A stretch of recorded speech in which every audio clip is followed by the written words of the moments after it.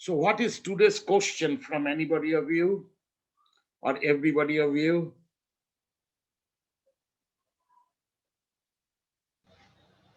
Baba, if I can ask, what is memory? Is it something that is there in the human body, or is it something that transcends the human body?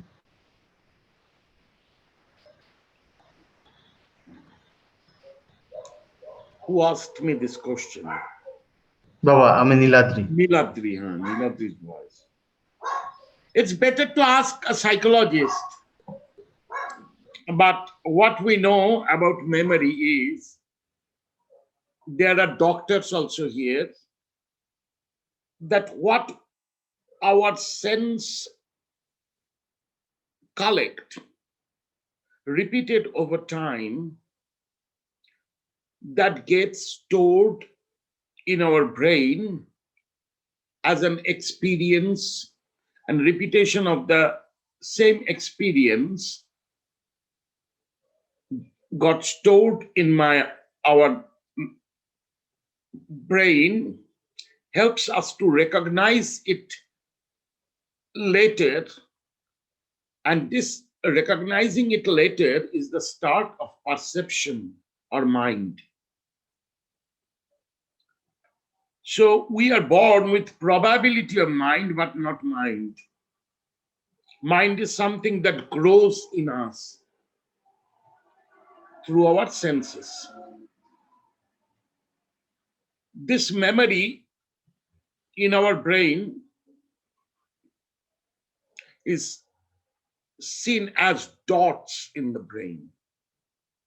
Like those who are Bengalis here and eat a lot of fish head, when you break the fish head, the brain of the fish, you will see full of dots, because those are natural memories, or all the animals, their development of mind is standing on the memories that they carry through birth. They carry even their ancestral memory.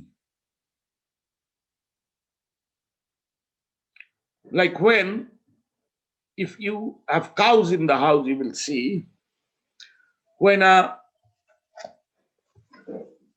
cow calf is born, just after born, it comes out of the placenta and runs to the mother's udder to get the milk. It never happens to a human baby. A mother has to teach the human baby where is its food. So mother feeds the baby. Here, the child, animal child, directly knows. How does the animal know, the newborn know, where is the milk? And it has to suck the milk from mother's udder. So its source of milk is in its memory. But what memory do you speak about this? So this is embryonic memory. It's more with animals, and this embryonic memory storage works through generations and is unchangeable.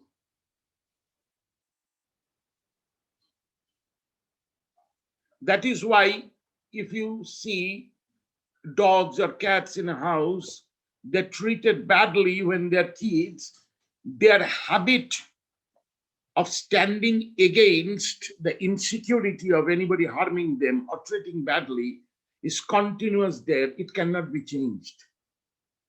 So once it gets fixed in their memory, pass, it's done. So this sum total of the memory in animal working spontaneously in its activities is known as instinct. This is natural memory. Even a memory which has not come from senses. But in human beings, memory comes from the repetition of senses. There is also in psychology a chapter called Embryonic Perception for human beings. Like when a mother is pregnant, in Indian system, we put her into good thoughts, music. Generally, India is full of dharma, so chanting dharma, mantras, chanting holy texts, Saptasati Parayanam, Mahabhagavat Puran Paranam, Bhagavat Paranam, all this goes on. Why? As much as the mother feels good, that feeling of goodness is getting recorded as an embryonic perception in a baby, which amounts or expresses in the emotions of the baby. Even experimentations has shown that a mother is thinking there's a picture of a baby in the room. Many people do that when they're pregnant, they keep pictures of the babies. So the mother has fallen in love with a picture of a baby. And when the baby is born, the baby looks exactly like that picture and may not have similarity. So this amounts to the emotional growth of a human being.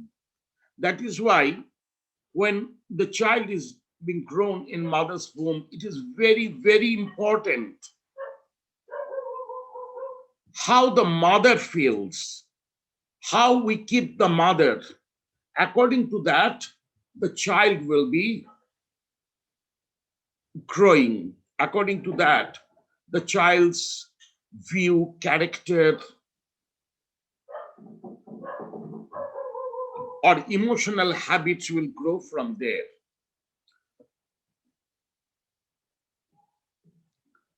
There is also, in India, psychology was first spoken as a matter of scientific truth and reality. That time it was not called scientific truth, but Buddha called it Vijnanavada, means the theory of science. And Abhidhamma Kosha, or knowing the mind, speaks about it. So there, long memories have spoken about. Like how a Buddha, the Buddha himself, remembered his past and past lives. So that memory a person may be born with. The entire practice of the tantric yoga system, that to reach the state of your mind when you were an embryo. So this is called Garbhastha Avastha, or the embryo. That is why the most important form of Tara, the wrathful Tara, Ugra Tara, Nila Saraswati Tara, is shown pregnant. She has a big tummy. And it is said 10,000 Buddhas are inside her tummy. So in one end, it is a metaphor of the mother consciousness, which is the void consciousness, from which everybody thing has come up, which is the ultimate potential energy. But at the same time, the other side is how Buddha personified this pure consciousness as a mother, that is Buddha's subconscious mind, watching and recognizing the motherhood to be even greater than Buddhahood. Many pretending scholars these days without experience or from a big seat give lectures that Buddha believed that his dharma should not start for women, it's for men. And women cannot enlighten, only men can enlighten. This they preach. I've seen it in the Ceylonese Buddhism, in Burmese Buddhism, even in Tibetan Buddhism, where Tantra is the highest way of procedure and practice, still they believe, many of the lamas speak how women cannot enlighten. It's a very idiotic theory of the patriarchal view, judging over Buddha's teachings. First of all, during time of Buddha, there was no recorder. So Buddha was not recorded. What Buddha spoke, he always used to ask his disciple to keep a diary of what they felt important or what they listened and stayed in their mind, in their memory. So memory will select for each person from the teaching of the Buddha. So memory is also the samskara, character of the person. It builds up the identity of a person from what judgment comes from memory. Buddha has termed wisdom as memory. In the Eightfold Path, the seventh state is called Samma Sati in Pali. Samma means samyak in Sanskrit, means absolute or complete. And Sati means smriti in Sanskrit, which means memory. So absolute memory is the seventh state of the Eightfold Path, and then the final state is Samyak Samadhi.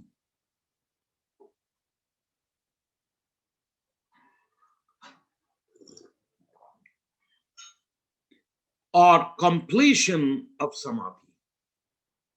So here, as you asked, is memory even transcending our mundane? Yes, here it is transcending. How? The faculty of memory can keep equally the analytical quotients and experiential quotients.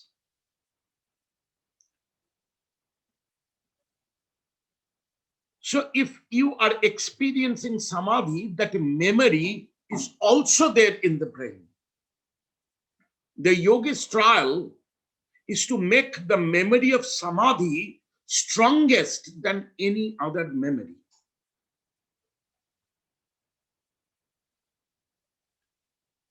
Because if the memory of samadhi is strongest, then whatever the person in action, in natural day-to-day mundane life, whatever the person is doing also, the subconscious is the potential energy of the samadhi rather than the memory of the kinetic energy of changefulness. Like in physics, the potential energy and kinetic energy in human psychology has become changefulness and stability. So stability is the potential energy which we earn from samadhi.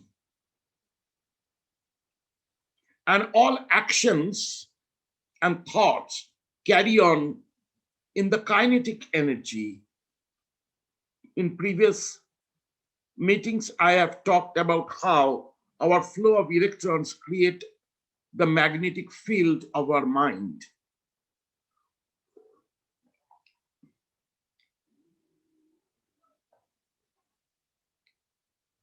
And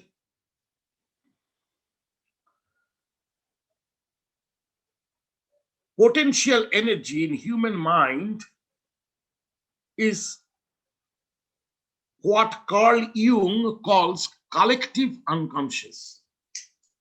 Because any matter of conscious effort that you have collected, you go to the saturation of it, it will take you to the void.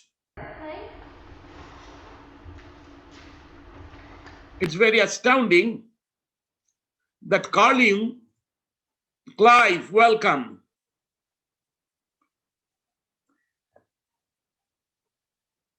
That Carl Jung was a student of Edmund Freud, and Edmund Freud's total theory was about human psychology being controlled by one single energy, that is sexual energy. So in his way of psychotherapy, Edmund Freud himself used sexual actions and energies unto his female clients or opposite sex clients with his rational view of curing them. This is another kind of abuse that Carl Jung realized. That this can also create a kind of confusion and a mental mess in a patient who has come to treat a trouble and get along with another trouble.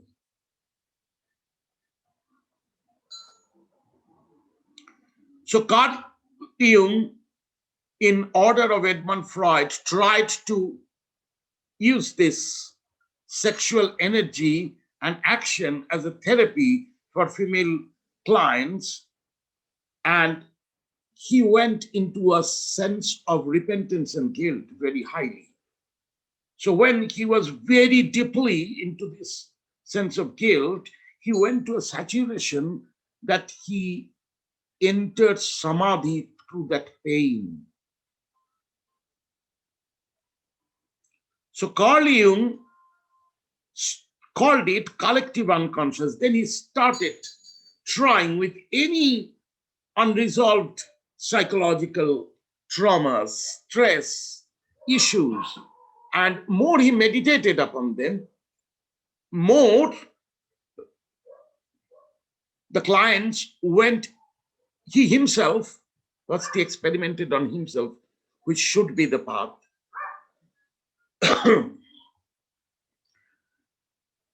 Experienced that to go into that saturation, when we come back, all our psychological issues get resolved. We understand. There's no confusion about I have done a wrong and how can I rectify it? Or I have not done a wrong, I was made to think I'm doing a wrong. By culture, by society, by people we love.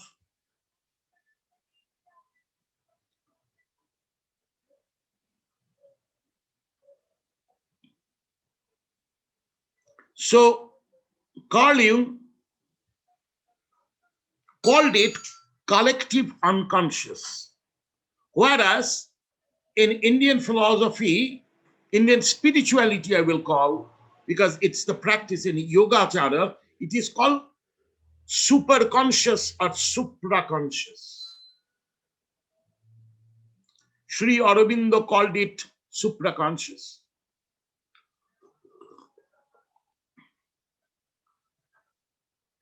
Supramental consciousness, he called it.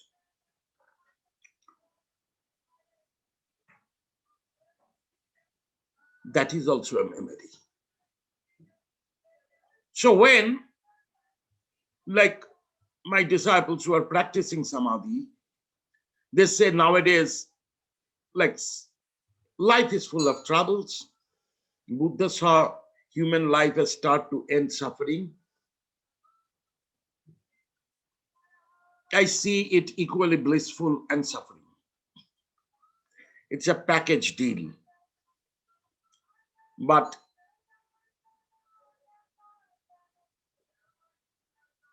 with all these sufferings, the practice of concentration on any issue you have, you can erode that negative memory or tackle that negative memory if you practice samadhi, not escaping the issue, but facing the issue and taking your mind into the saturation of observing it. I will take you to a very serious story today, because we are speaking something which is most important in spirituality, that is understanding the mind. And the mind is all about memory.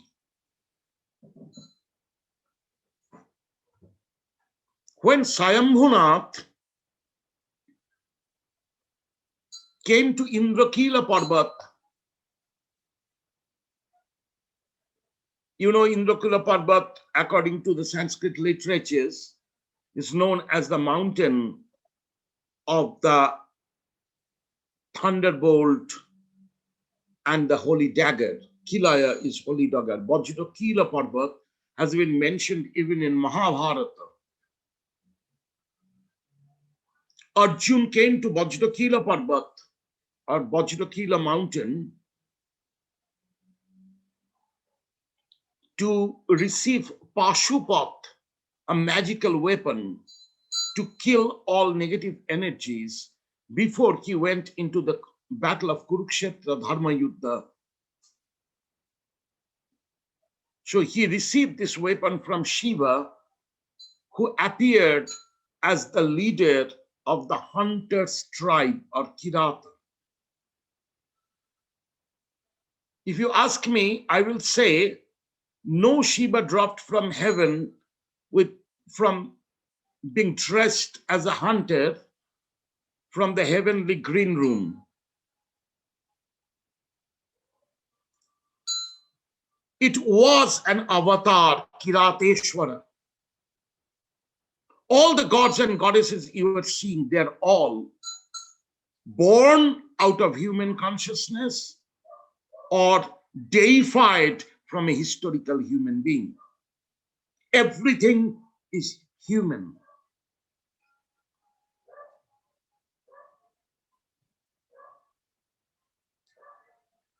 So Kirateshwar was the leader of the very old hunter tribe. We call them here in the northeastern Himalayas as the Limbus. Till Limbus, they're not Hindus, but they're Shaivites. When I speak clearly that Shaivism is not Vedism or Hinduism, scholars who read just pages of book from the library, or those who with religious bias try to understand Shiva and Yogacara, they don't understand it. They think, what rubbish is this person speaking about? There are Western scholars.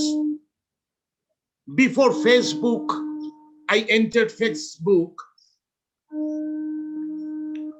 I was in an internet forum called The Tribe. I was writing for 4 or 5 years, matters of Tantra, debating and discussing there. There are great scholars I will not name.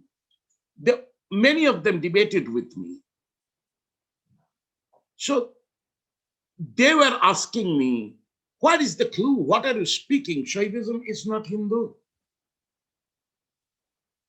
They're all with the compartmentalized, philosophical, demarcated tags. They cannot see a truth without fabrication. They don't see the painting, they see the framework. What is the limitation? But same scholars today, Western scholars, A writing about Shaivism is more, Buddhism and Shaivism are more akin to each other, and Shaivism is not Vedism. After 12 years, 16 years, they're writing. It took them so long time to find out the reality. I was speaking to them. Because for 30 years, I have traveled in the tribal lands to observe their ways of worship, magic, medicine, because true Yogacara came from natural habitats, not from intellectualism. Remember, from the time the book started, the trouble started. The trouble is the ego of intellectually interpreting. My interpretation is better than you.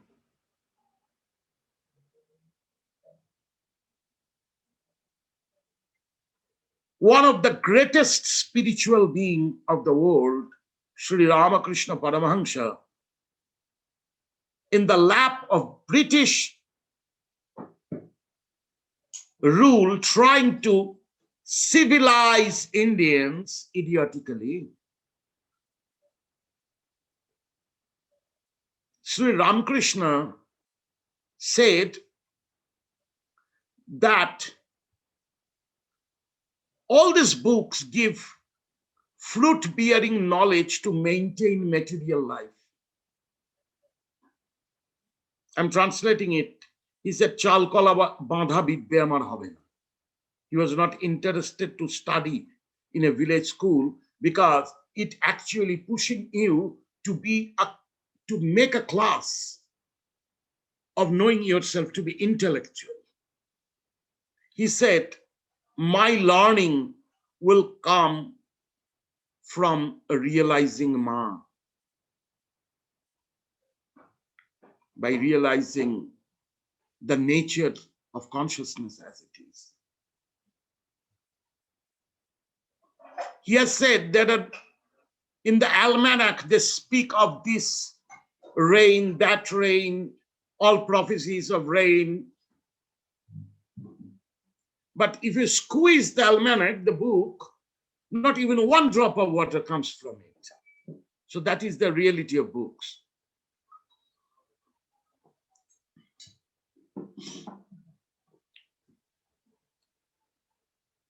In Tantra, there is a very intense line. Lord Shiva is saying,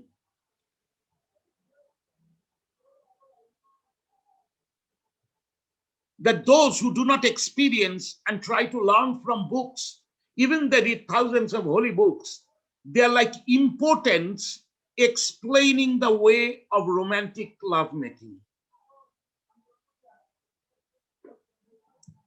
Is Shiva's words, not mine. Very intense lines.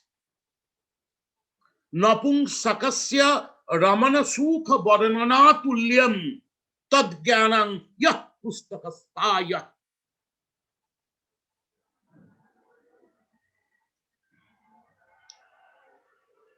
Another Shruti of the Vedas even has said, Pustakasta tuja vidya parahastagatam dhanam karya kale samutpanne nasa vidya natadhanam. Like if you keep your money with somebody's hand, with somebody, when you need it, you will not get it. Similarly, your knowledge of the book will not come to your help in the time of realization.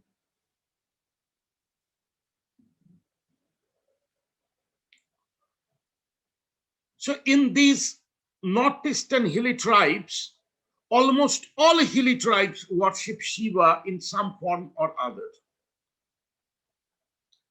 A most prominent among them are the Limbus, who are the Kirat tribe and who still worship Kirateshwara. Indokila mountain is Sikkim.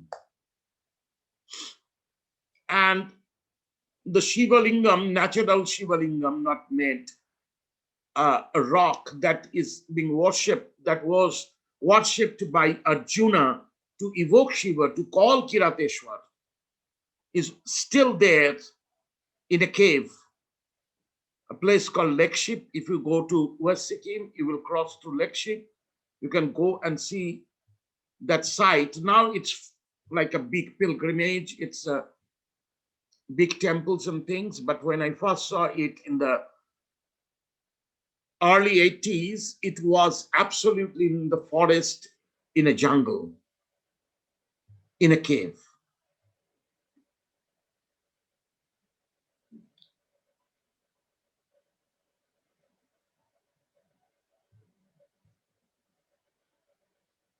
So in the experiential standards, what memory can do is, perfection of memory can be attained through meditations, and in the experiential quotient, it produces a natural wisdom called intuition, which can think of happenings of the future and grow premonition from there, which can reflect back in past, in long historical past, and from there can pick up realities, what we call intuition. In Sanskrit, it is called Sangha.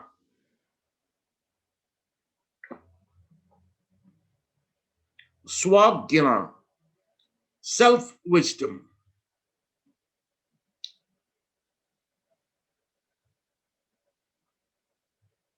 What is developed in animal as instinct has evolved in human as intuition.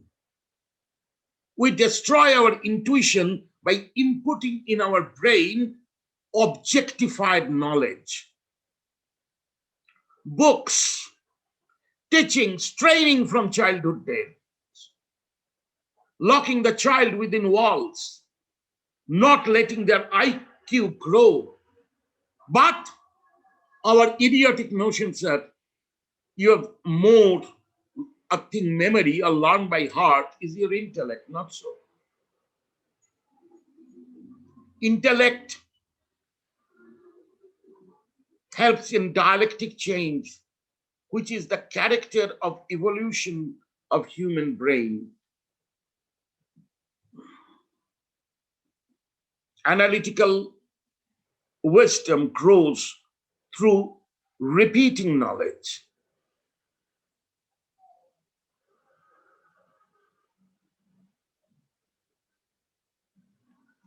The biggest tantric clans or schools or orders like Aghora, Kapalika,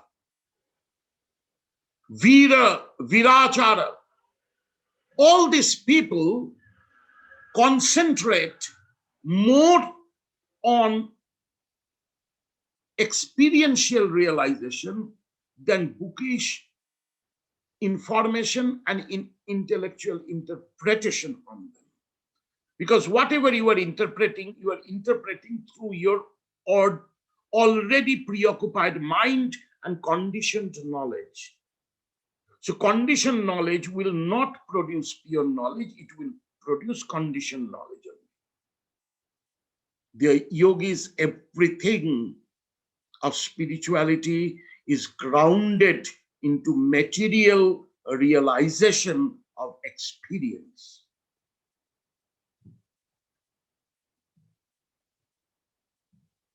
And not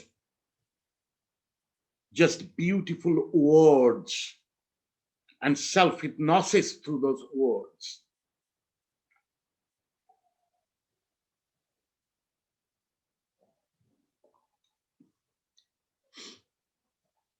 So memory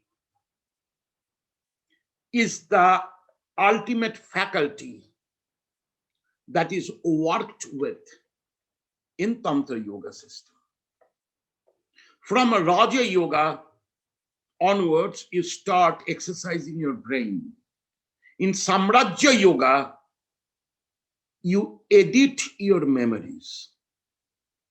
What you don't want to keep there, you don't keep there. Because your memories are holding your karmas. No memory, no karma.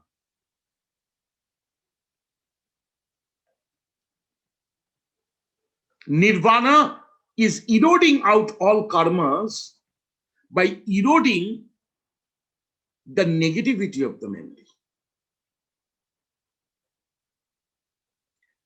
So when Swambhunath came to Indakila Parbat, he went into West Sikkim where yogis and local practitioners, they said, don't go beyond this because this is the Dakini land. It's a matriarchal world and a great sorceress is there who keeps every man as a slave.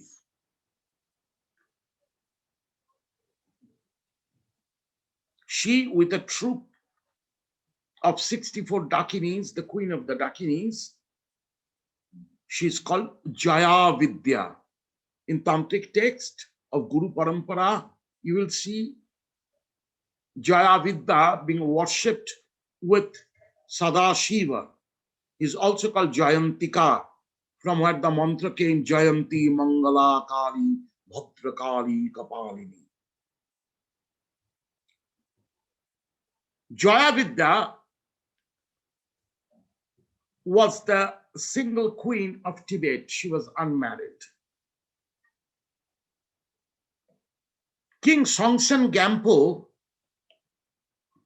7th century, 6th to 7th century Tibet, made Tibet as an empire. He ruled over both Mongolia and China and Nepal and North Bengal till Koch Bihar, Alipurduar. Even in North Bengal, Alipurduar, there is a mountain named after the goddess Jayanti. So that is called the Jayanti Hill, where you will see there is a cave of Mahakala where Swambhunath taught Bhutadamara, or the practice of Mahakala. He himself took the form of Mahakala and taught Jaya Vidya or Devi Jayantika the science of Mahakala, how to rule over all elemental karmas. So when Padmasambhava or Swambhunath heard about it, he felt, okay, I will take a try. He's a hero. So he wanted to challenge the Dakini. So the Dakini sent one enchantress who lost her life in the great aura fire that emitted from Swambhunath. It's exactly where the Kirateshwar Shiva temple is situated. Within 5 kilometers of that temple is this cave where Swambhunath meditated. It's called Khandro Sangfu. Khandro means Dakini or Bhairavi. Sangfu means the holy cave of the Dakini. So that was the door to the entrance of the Dakini land. Dakinis are both white and black. They're like sorceresses or witches at that time. There are white witches and black witches. But she, Jayantika Devi, was a very wrathful lady. Why she was wrathful? I'm going to that story. When Songtsen Gampo married, the king of Nepal made good treaties with Songtsen Gampo by offering his daughter, princess called Bhrukuti Devi, who was a reincarnation of Green Tara, Matangi, an emanation of Green Tara, and Princess Wencheng of Tang dynasty of China, with all probabilities, if I'm not mistaken, It's Tang dynasty. This Princess Wencheng, when got married to Songtsen Gampo, she had Tao lineage also in heart, and she had a magic mirror in which whatever she wanted to see, she could see and profess. So paintings of Wencheng's in Tibetan world is always with holding a mirror in her hand. So the Tang Dynasty emperor made treaties with Songtsen Gampo by matrimonial relationship. So the king asked Songtsen Gampo, "What do you want in the dowry, O emperor?" And the emperor said, "There is nothing more precious than the woman jewel you are offering me. But I have heard that Lord Buddha came to China. And that time, one of his molar teeth fell. And this tooth is being kept in your tradition and family. I want that relic of Buddha as the greatest blessing to take to Tibet." This is start of Buddhism in Tibet. So Songtsen Gampo inherited Mahayana Pragyaparamita Sutra together with the tooth of Buddha in a golden stupa. It was brought in a golden chariot from China to Tibet, to Lhasa. And through Bhrukuti Devi, he inherited the yogas of Nagarjuna, because that time the dynasty that ruled Nepal were following Nagarjuna's Kriya Yoga or Kundalini Yoga. So he inherited these two sides of Buddhism. He got the theories from and virtues from China, and Yogachara or experiential training through his wife Bhrukuti Devi from Nepal. That time Nepal was India, that Bharatavarsha. In his third generation of Songtsen Gampo, historians are a bit not sure about the third generation or second generation or fourth generation, but in the third generation, suppose it's third generation, from the bloodline of the Chinese princess, Chinese wife, queen, a granddaughter was born, great-granddaughter was born. Her name was Rinzing Wangmo.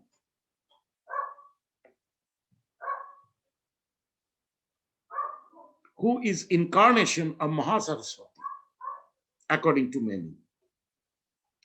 And through the lineage of Bhrukuti Devi, got a Tibetan Nepalese descendant, elder, who was elder to Rinzing Wangmo, Devi Jayantika. Her Tibetan name is Eshe Tsogyal. Eshe means wisdom, Tsogyal means queen, queen of wisdom, who is, we believe, incarnation of Ugratara or Mahachina Tara, as we call her. This lady, being very matriarchal by birth, and Tibet being that time a barbaric culture and world, they really used women. Most of the tribes were nomadic, and as you know, the gypsy life or the nomadic life, people, they value women only for pleasure and nothing else. So Eshe Tsogyal, when got the throne of Tibet, because in that generation there was no prince in the royal family, she held a sword and declared that from today in Tibet, the rule of Eshe Tsogyal, men will be under my foot. At these 7 nomadic barbaric clans and their leaders attacked Potala Palace, and Eshe Tsogyal was gang raped by 7 tribal heads.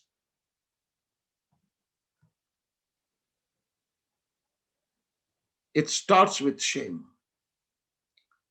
So she saved her virgin sister, and with all her maidens, royal ladies, she absconded to Indokila Parvat,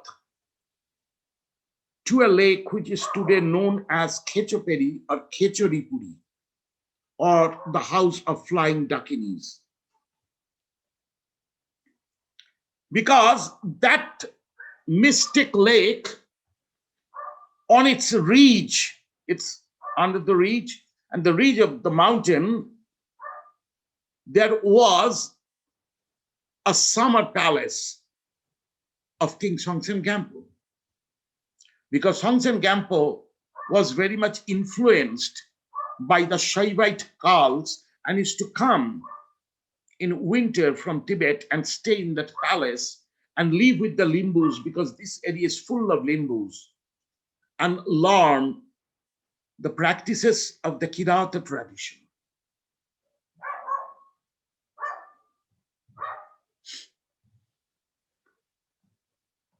So Sikkim was a hidden land that time.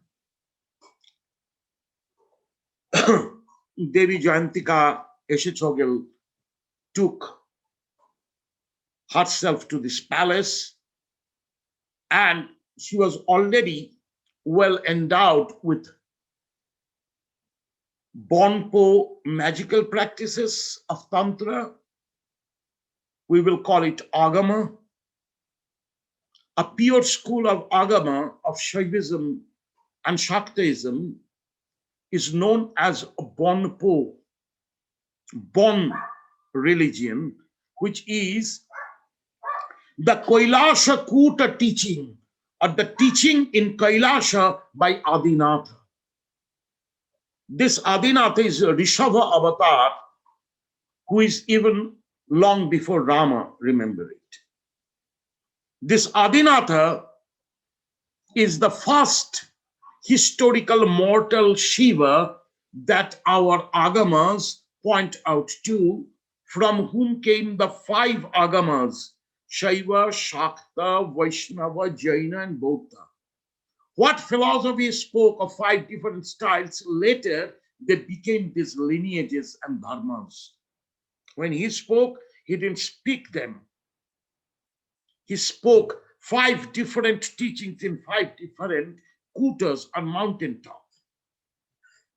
Like he spoke Sri Vidya, or the Shakta tradition, in the mount over Mallikarjun, which is called Sri Shailam. When you worship in a Tantric mandala, you worship in the south door, Sri Shailam or Purnagiri. He gave teachings to Kailasha, to the mountain in Madhuban at the border of Nepal and Bihar, in a mount in Gujarat, and in a mount in Rajasthan called Mount Abu. Basically, Mount Abu, the seat of Adinatha has been kept alive in the tradition by the Jains. And if you go there, you will see the Shodasha Matrikas are being worshipped there, or the 16-fold goddesses. These 16-fold goddesses are later in Sri Vidya tradition as Shodasha Nitya.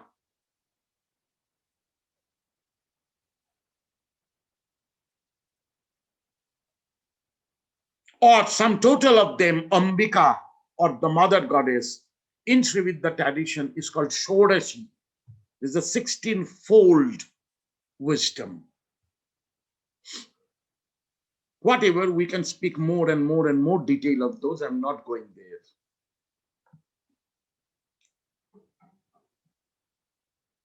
So the Kailasha teaching is called a Bon. By the time of 8th century AD, when Khando Eshe Tsogyal was the queen of Tibet, the Bon religion has come down to very magical practices rather than enlightenment as the main goal. Sorcery and powercraft was major. Like today in Bengal, Tantra is shamed by just black magic and witchcraft. And in West, Tantra has been shamed in the name of better sex. It's a wrong interpretation of Tantra. Tantra is the final yoga to attain nirvana in the shortest time of one lifetime. If a diligent disciple is there and an enlightened guru is there, it will take 12 years' time to complete Kriya, Yoga, Charya, and Niruttara.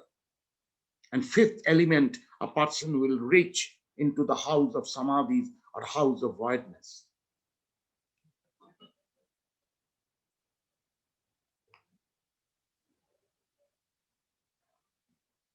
In my age of 18, by the grace of my gurus, I completed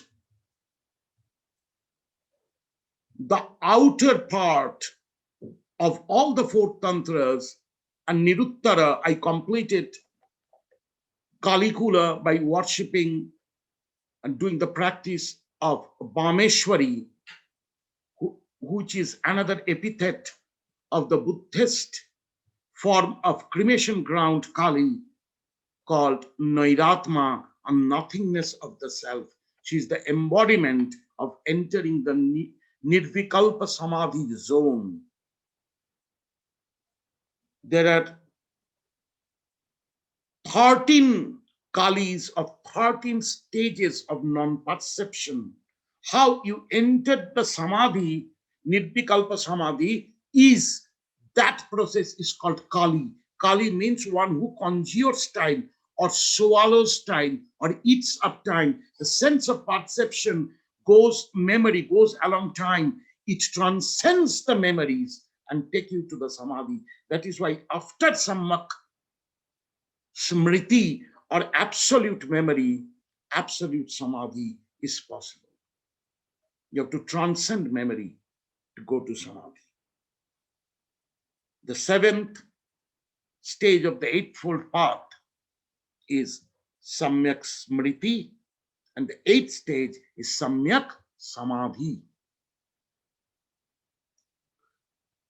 So memory is also a barrier to Samadhi. This, in a very short line, is said in Shiva Sutra as Gyanam Bandhaha. Knowledge is bondage to realization. Lolita Ma will appreciate it very much.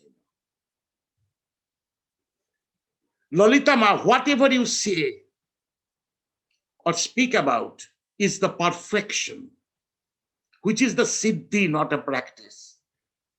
After a long practice, that siddhi comes, what you learned from your guru and what you believe in, no organization. Because synchronicity has started happening. Just today, we have a post from Chinmay Nath about how synchronicity happens, and described it as a natural magic. And it's true. That is the key. When you are not organized, you are not planning, you have surrendered to the existence, the natural wisdom wakes in you and boosts up your willpower. Whatever you will wish will happen then and there. You have experienced it. I know. Do you think I pay so much importance to you? Just like that, I've observed your ways. You come from a real guru, a real lineage. And even if you have not done the intricacies I've done, doesn't matter. You have seen the truth of synchronicity, which we call happening, which is the real magic. Let there be light, and there was light. That is magic. In modern cinema, it is the avatar who is earth bending, water bending, fire bending, and air bending. These are actually practices of yoga. A lot from the yogic mysticism is made into comics and cinemas. But if yogis see that, they believe it because they have experienced it. So when Khando Eshe Tsogyal came to Khechoperi, she started bringing earthquake, hailstorm of stones, fire, epidemic to Tibet. She wanted to destroy it. And her hatred went so high against all men in the world. She's an abused woman. According to Tantra, to abuse and disrespect a woman is the greatest sin. It's considered as standing against the Guru. So standing against a woman and standing against the Guru is similar sin, unforgivable sin. So Khando Eshe Tsogyal became a real Khandro or a terrible Dakini, and Padmasambhava reached there. Before Padmasambhava reached there, the spirit of her dead emissary, who was a sorceress also, came to Khando Eshe Tsogyal and said, "Be aware, the man who is coming is not your cup of tea to play pranks with and magic with. He's a real thing, he's a difficult thing." So Khando Eshe Tsogyal was found riding a boat with her guitar singing with her retinues in that lake when Swambhunath or Padmasambhava reached there. Swambhunath was enchanted by her softness and femininity. She used her peaceful power rather than her wrathful power to enchant the Shiva avatar Swambhunath, or the father of the Siddha tradition.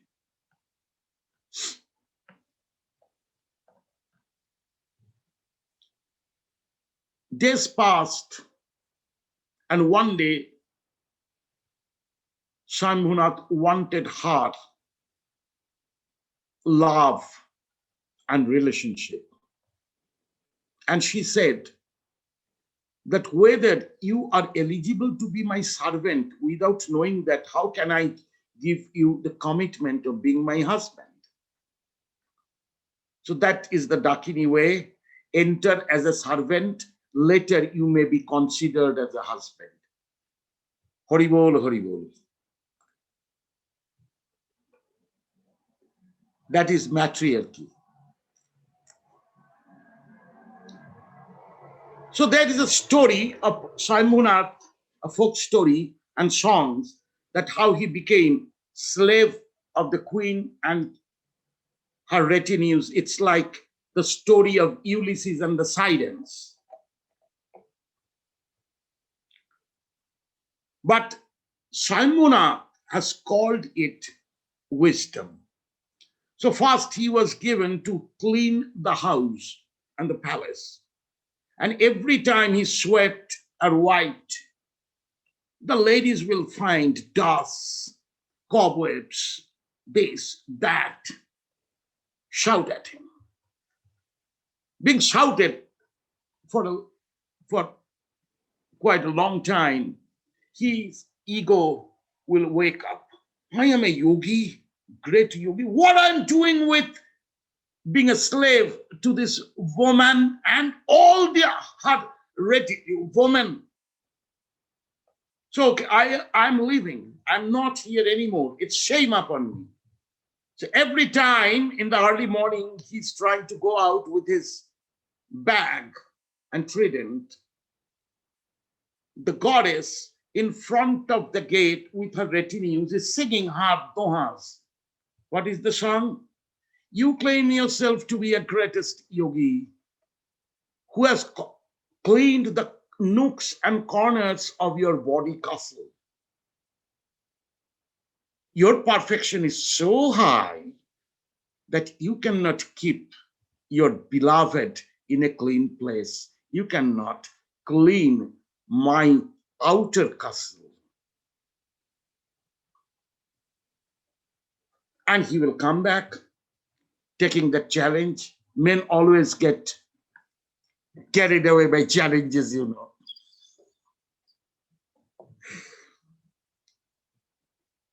And he perfected in cleaning the house.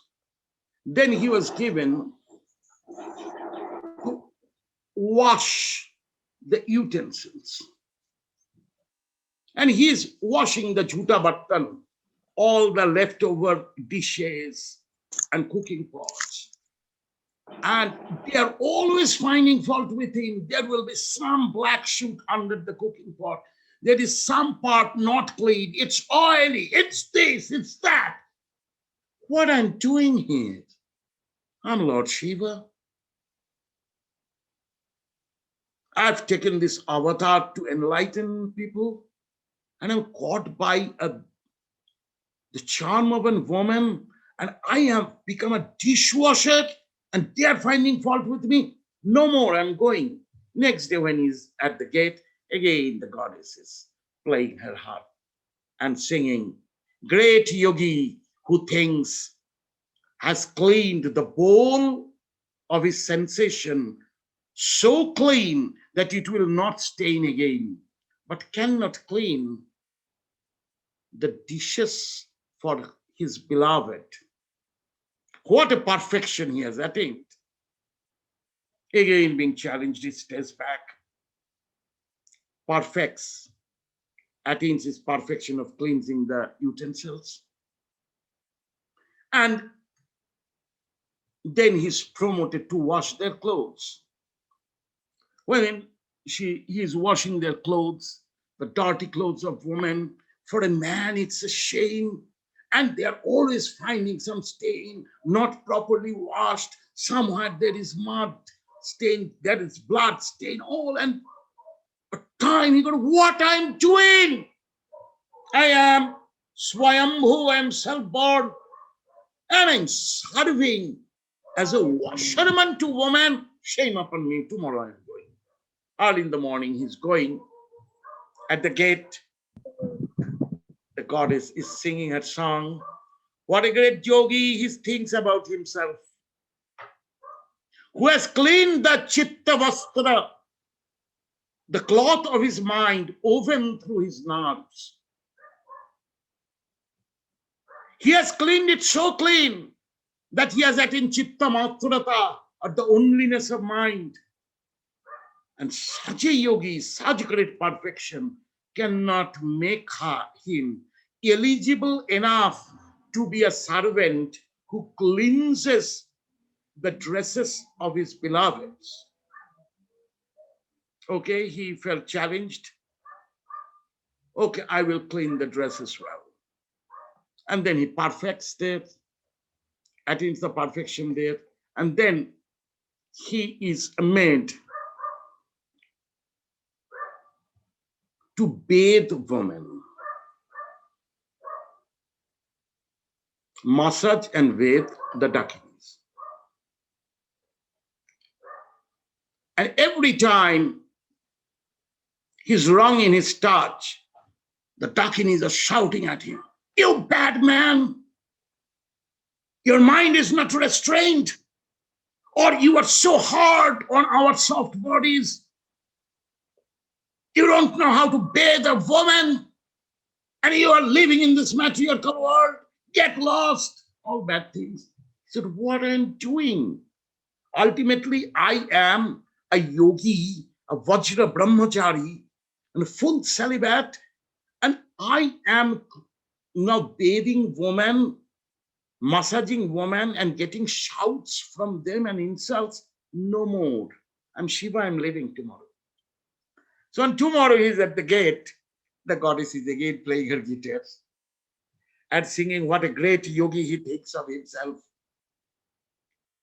Who has felt the touch of every spanda, every pulsation of your brain. He has learned the 64 pulsations of his brain and touched the core as the touch of nothingness could not develop a better touch for women to feel them respected and not abused or tortured. Again, he felt, so it's this too much. Okay, I have to learn it. Then he becomes a perfect nurse to this, a male nurse to all these female challenges. And finally, he was given the teaching of decorate them, a dress design. You know, in Tibetan monasteries, lamas are trained with dress designing. All these brocade dresses, crowns, makeup for a drama, for the mask dances, making muppets, many kinds of intricate tailoring that you see in the flags, in the hangings in a monastery, stitching a thanka, all has come from there. Dress designing is art. Just think, Swambhunath started the grammar of a stylish. A stylist, he was a dress designer and a makeup man for this woman. Still, they were not happy, and this time he left for good. So when he left for good, he said also in a song to the goddess that even if I become perfect, it will not melt your heart, because you are observing me by your head, your hatred towards men and arrogance. You cannot appreciate a yogi. You don't have the capability to belong to a yogi, and thus I don't belong here.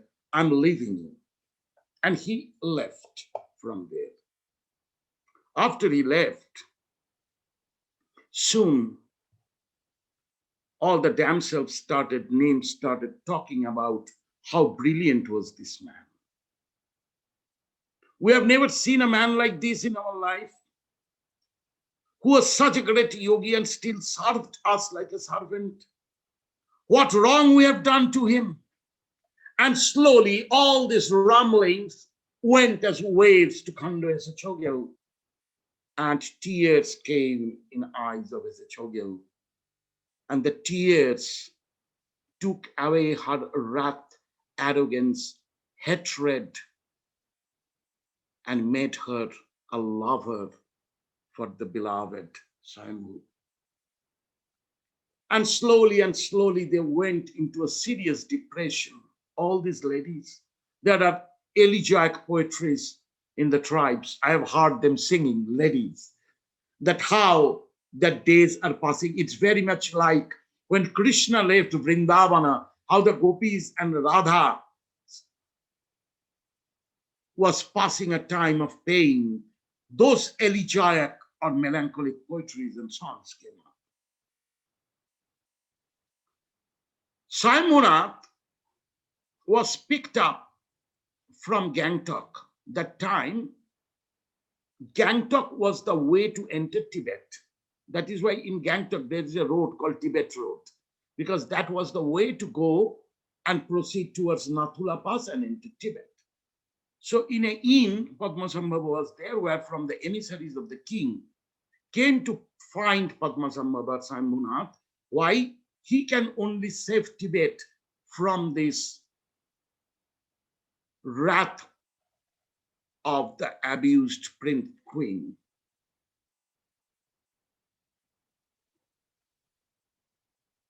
Already there was the great Bodhisattva Shantarakshita, Bimala Mitra, Kamala Shila, Gucha Buddha.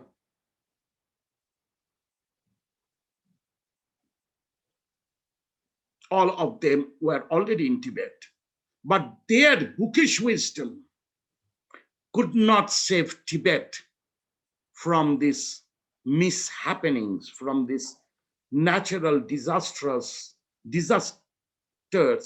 brought to Tibet and people dying. So whatever, to cut the story short, Swambhunath went to Tibet, ruled over the mind of the king, became the royal guru. The day he sat on the throne, the king fell at his feet and said that I am not the king, you are the queen, sit on the throne. And Swambhunath was, of course, a prince of Udayana, but he was a sannyasi, but he could not say no. So 3 days he sat on the throne in a royal gait, in a royal dress. That is how, in that royal attribute and attire, Tibetans worship Swambhunath in a very royal adornment. The images of Padmasambhava you see, it's like Christ the King with throne and scepter in a Catholic church. He's the King of Kings. So that time, Swambhunath asked that. So Swambhunath stopped these miracles, these black magics. Actually, it was a synchronicity. Again, that story of synchronicity. When Swambhunath left Khando Eshe Tsogyal, and transformation happened within a while in Khando Eshe Tsogyal. Khando Eshe Tsogyal forgot sorcery. So already that time matched with Swambhunath sitting on the throne, and everything of the miracles and the dangers all stopped. It synchronized. That Khando Eshe Tsogyal with her damsels felt that Swambhunath is the beloved.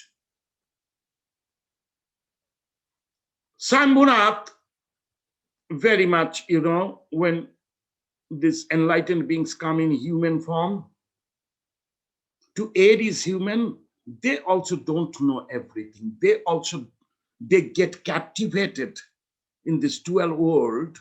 Even their antarjamita or everything knowing mind may not know something. So Swambhunath didn't know that what happened. So Swambhunath asked the king that I'm seeing the energy of a wrath of Tara on Tibet. The mother goddess is angry with you. So what wrong you have done to the goddess, any wrong you have done to womanhood, and you are punished. So until and unless you cleanse your sin, this peace will not be sustained. So that time, King Techon Dechen surrendered to Swambhunath, being repented highly, admitted and spoke out everything that he has done wrongly. It's in the patriarchal culture of Tibet. They could not withstand a woman said, all men are under my foot. And already Swambhunath has experienced similar things. The Swambhunath said, you should bring that woman and offer her throne back as your queen and marry her to redeem the sin of the gang rape you did on her. Here we are coming to this question of memory, as Niladri asked, to which far it can go. The princess was given a letter with a headgear and the sword of the king in a golden plate, that the king of Tibet emissaries came, found her out and said, our king invites you to take the throne as a queen beside him and being an equal ruler to Tibet. And he wants to redeem his sin of abusing you by marrying you.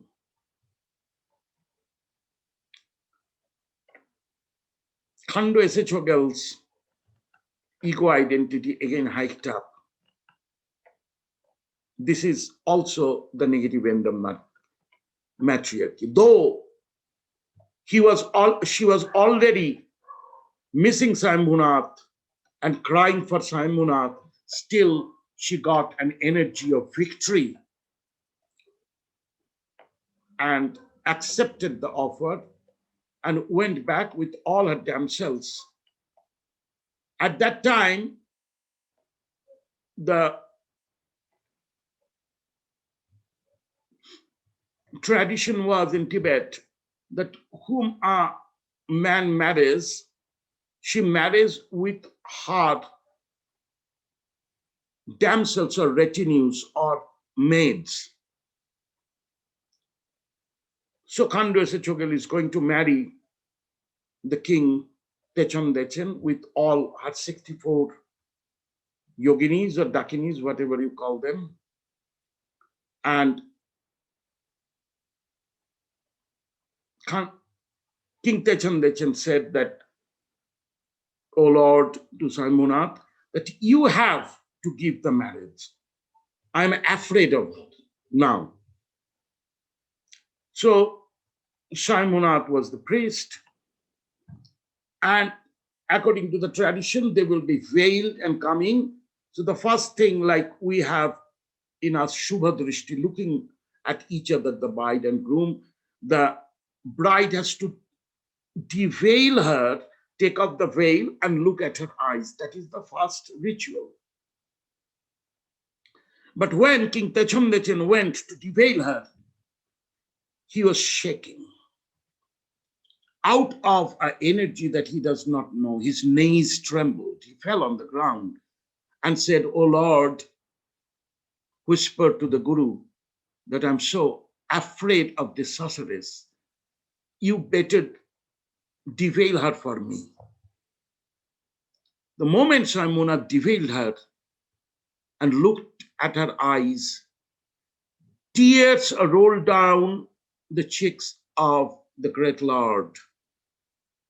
And King Techon Dechen got very afraid by thinking, and he uttered that, Lord, what wrong is now there that tears are coming to your eyes, that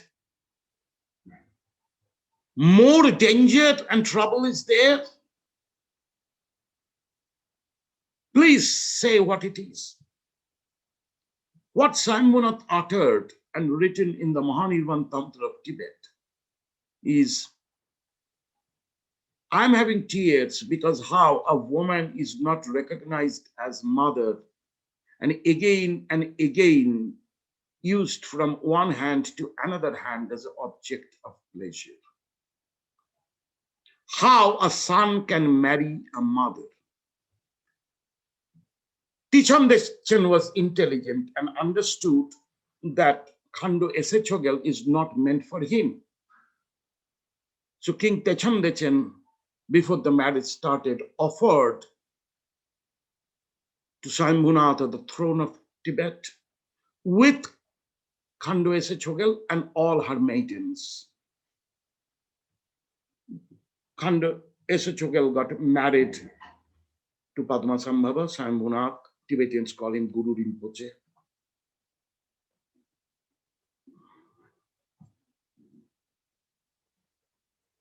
But living for some time in Potala Palace, in her palace, Khando Eshe Tsogyal is going into a deeper depression. One day Swambhunath asked, "What happened to you, goddess? Why you are so depressed?" And the goddess said, "I'm not a goddess. I'm a goddess in your eyes. I'm a human being who has suffered. I'm a woman who has suffered sexual abuse and insult. And I'm living in the palace with all these people as the king and his retinues. So I feel shamed every moment. So please, as you have given me the life of a yogini, let us go away and stay in my palace in Khajupari. And I don't want to live in Tibet." Padmasambhava said, Buddha said, anything that happens to us is that our karmas have invited it. So dear lady, your karmas of matriarchal arrogance invited your gang rape. You are the cause. So effect is the insult. If you want to win over the effect,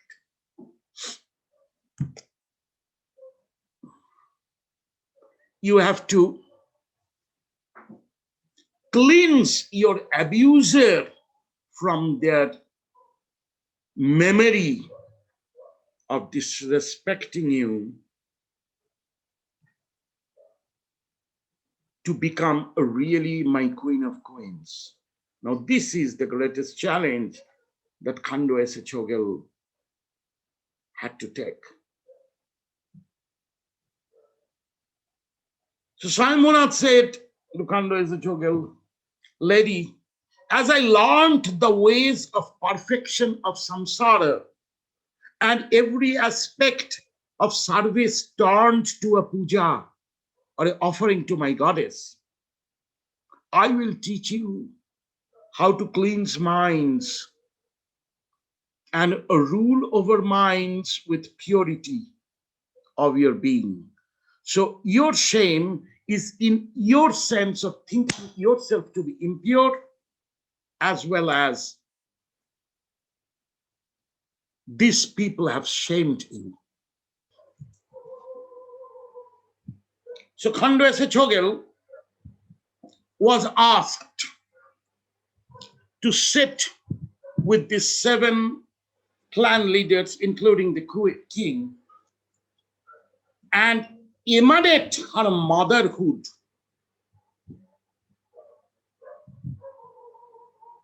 And Swambhunath said, I will witness. This may be one of the most intense psychotherapies that the Buddhist world has seen. An abused woman facing her 7 rapists looked at them straight into their eyes and said, unknowingly, you have disrespected a woman whom your guru calls a goddess and worships me as his deity.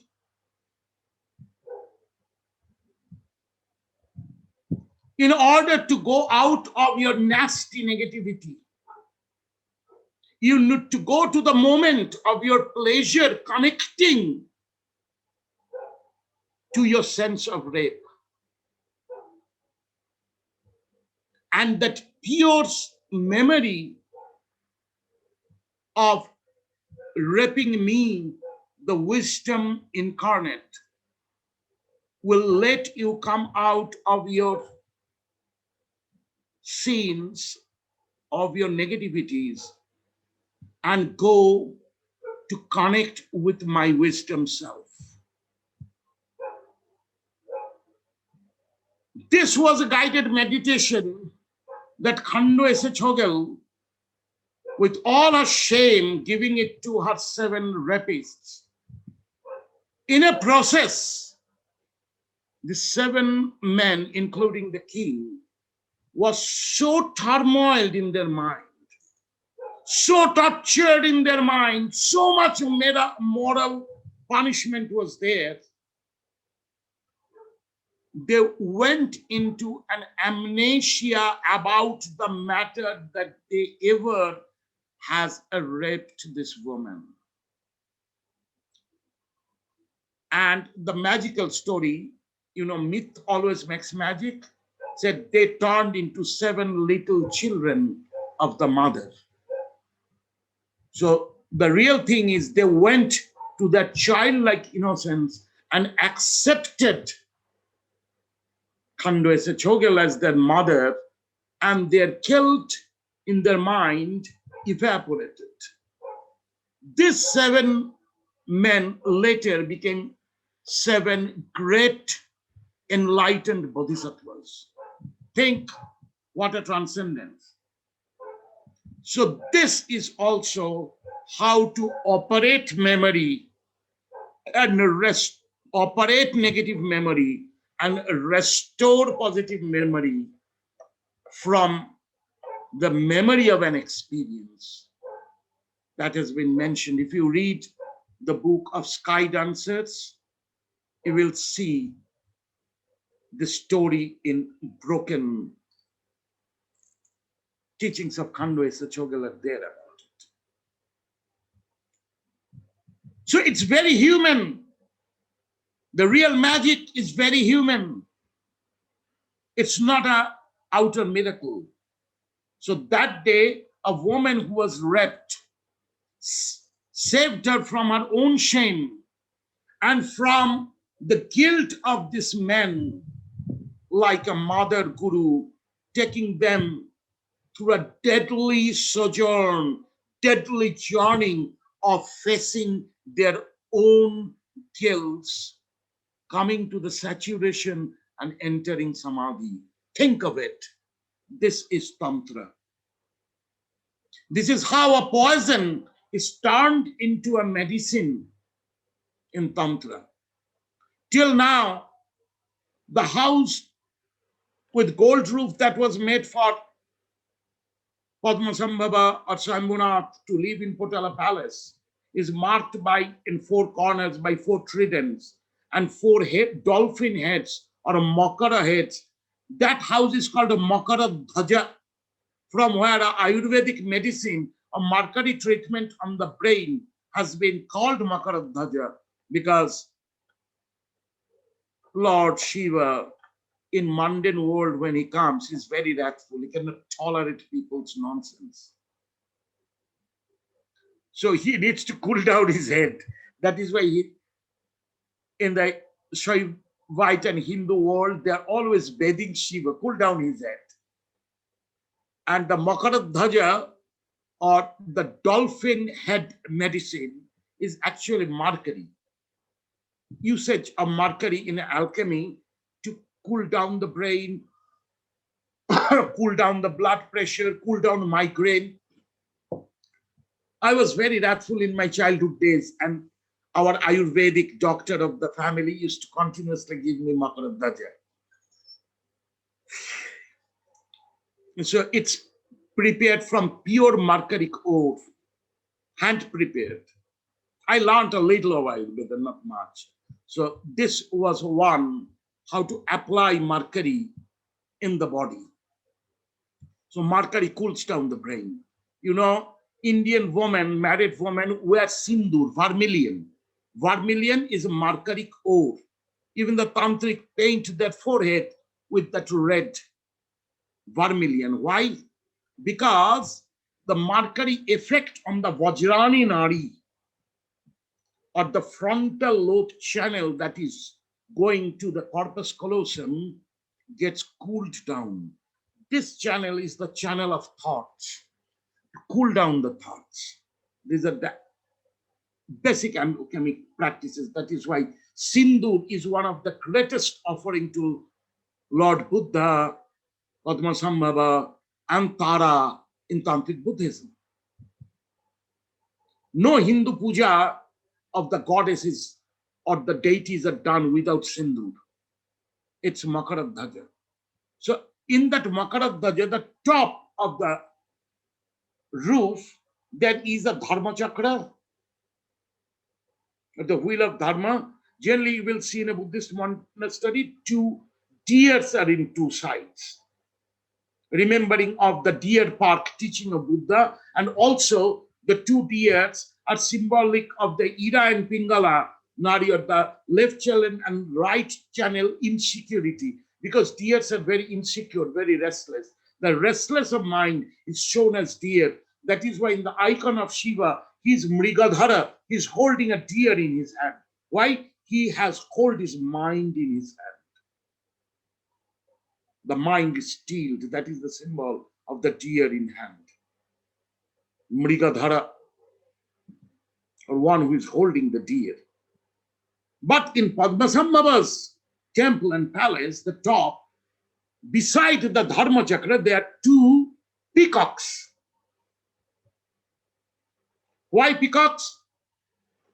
But peacock, the mythological folklore is peacock eats snakes and grows more beautiful feathers. So he eats poison and turns it to his beauty. Similarly, a yogi or Shiva drinks poison and becomes Mrityunjaya, or undead. Some days back, in a post of Chinmayanath about Dhatura and its effects, and he asked me a question that he has come across, that the yogis, or somebody asked me, or you asked me, I don't remember, Chinmayanath, that there's a practice of taking intake of 5 poisons in ultimate tantric yogacara, an alchemical practice. And then you are assimilating these poisons in your body. By witnessing you are dying, you will reach samadhi and death will not happen to you. And you will reach deepest of samadhi. So this is called Nilakantha Yoga. It was Professor Basu. Joyantu was asking this. Is Joyantu here today? So Joyantu asked this, absolutely. Yes, Baba. Yes, Baba. Yes. So, Baba. yes, there is a practice of 5 deadly poisonous plants, fruits, leaves, and flowers. Dhatura, Karinika, Akanda, or Orka Pushpa, Villa. The bell leaves are full of mercury. Common people, if they chew it, they will have ulcer in their body. And Ganjika, or Koravit. What is Koravit in, I'm forgetting the botanical name, which is also a very high poison. So all these flowers are basically offered to Shiva because they're poisons. So yes, I practiced that practice. This practice has been clearly explained by Jalandharnath in his text of Yogacara. I've done that. But it is in psychotherapy also, the problem you have, rather than escaping it, shutting it down, or putting it into the basement, face it. Look straightly into your own guilt, your own suffering, your own problem, and go on witnessing it with long breaths. More you will breathe out, more you will become, less and less you will become aware of the pain that you are suffering with that issue. And slowly you will go to a saturation where you will attain samadhi. And when you come back from the samadhi, that issues connected to that suffering is gone from.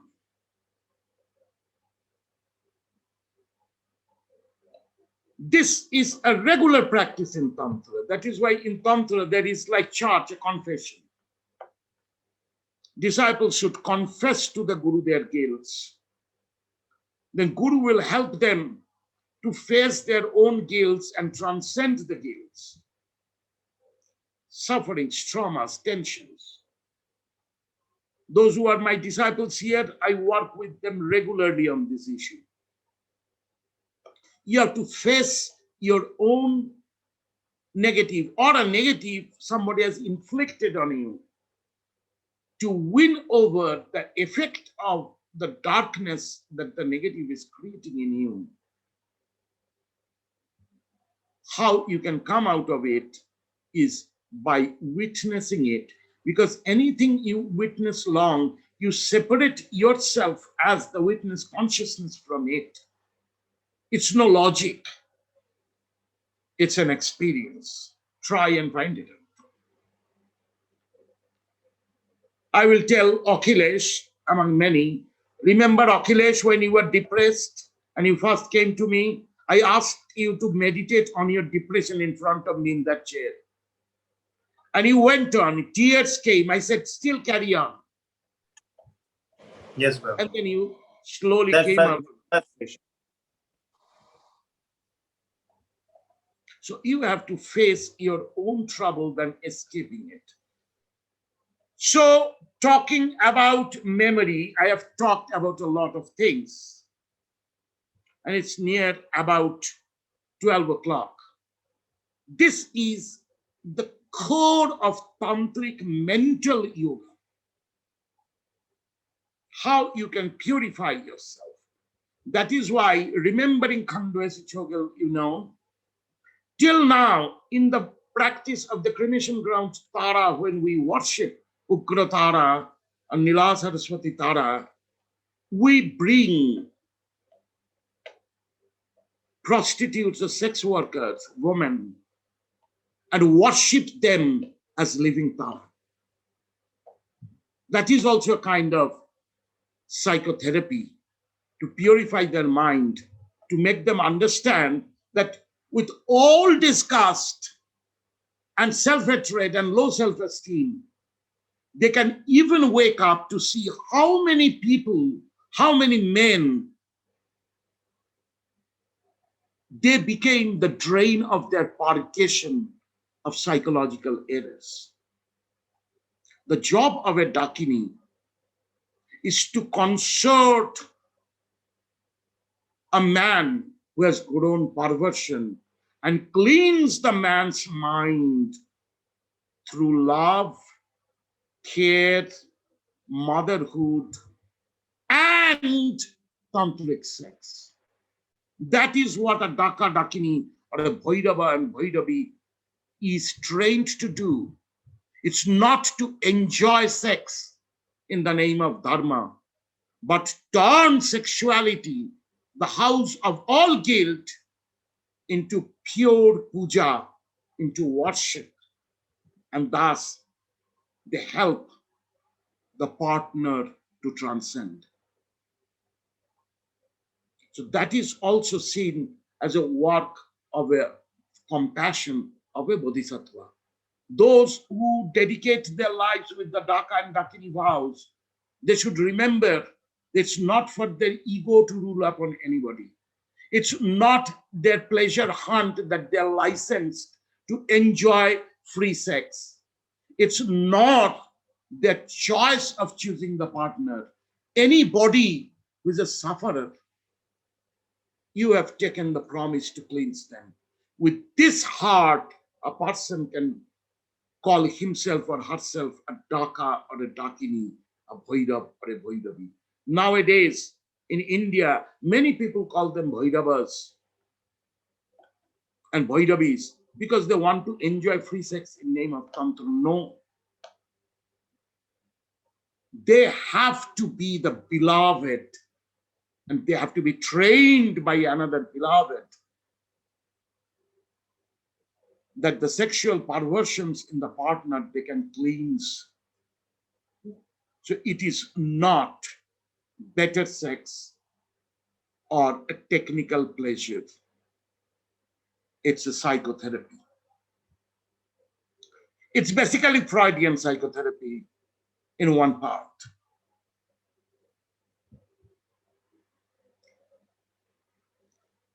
That is why in the Hindu world of the Shaktas, or pure Shaktas who are non-Vedic and non-Hindu, but pure Shakta Kapalikas, when they make the image of the goddess, they put the mud,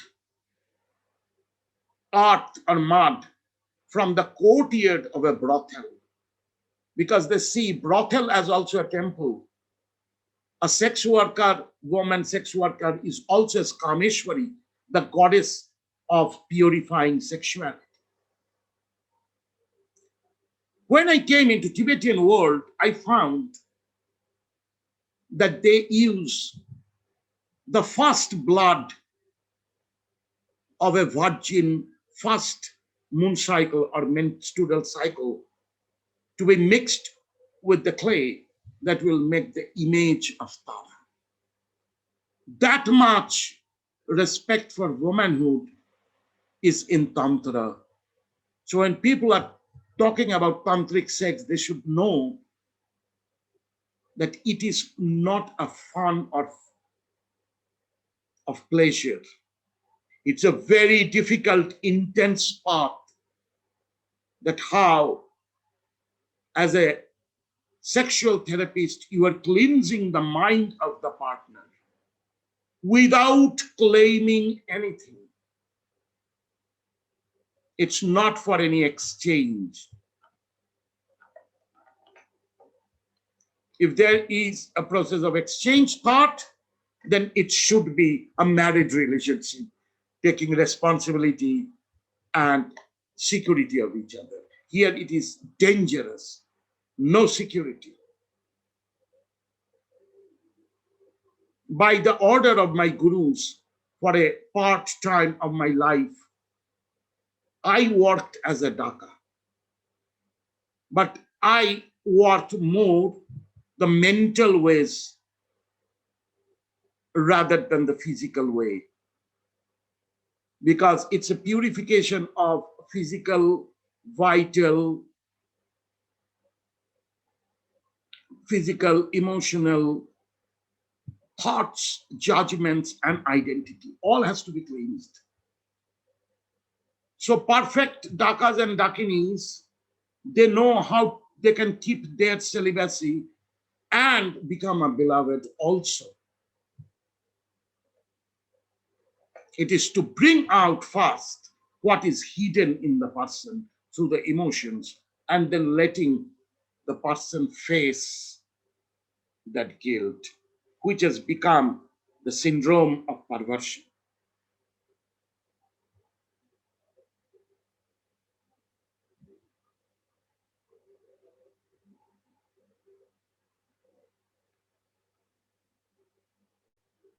So we discussed a big thing today. Thank you, Niladri, for asking this question. I took it very far, I know. Thank you, Baba. This is the path, I know. Do you have any more questions even from this discussion? Meaningful questions you can ask. Baba Pranam, this is Jagdish here. Yeah, I've seen him. I Attention have deficiency syndrome. one small question or clarification. Yes. Baba, in South India, they do this Konya Puja and they do not have any sort of explanation. Does it come from the story or the lineage that you told us in a very interesting way? Because we do Kanya not Puja know. is Kumari Puja. Yes, That and happens also they, all over North India also. In every day of the Navaratri, we worship virgins, young virgins. There are two classes of virgins. Virgin means one who is prior to puberty or adolescence, and virgins who have not coupled. These two types of virgins are worshipped. For gaining, one who worship virgin woman, those men gain purity and grace of the mother. In entire Tantra, women are worshipped. During South Indian marriages, a praudha or a middle-aged woman will be worshipped as the goddess to bless the couple, especially in the Sri Vidya tradition. That is also respecting the elder woman for her wisdom and teaching to enter a responsible life in the samsara. So everywhere, woman in Tantra is worshipped. My daughters are here.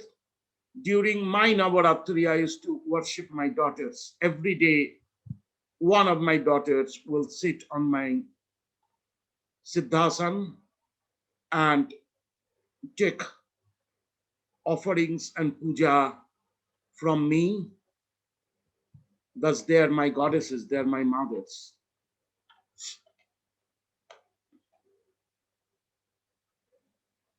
here, Baba. Jai Guru. So, Debojit, what is your question?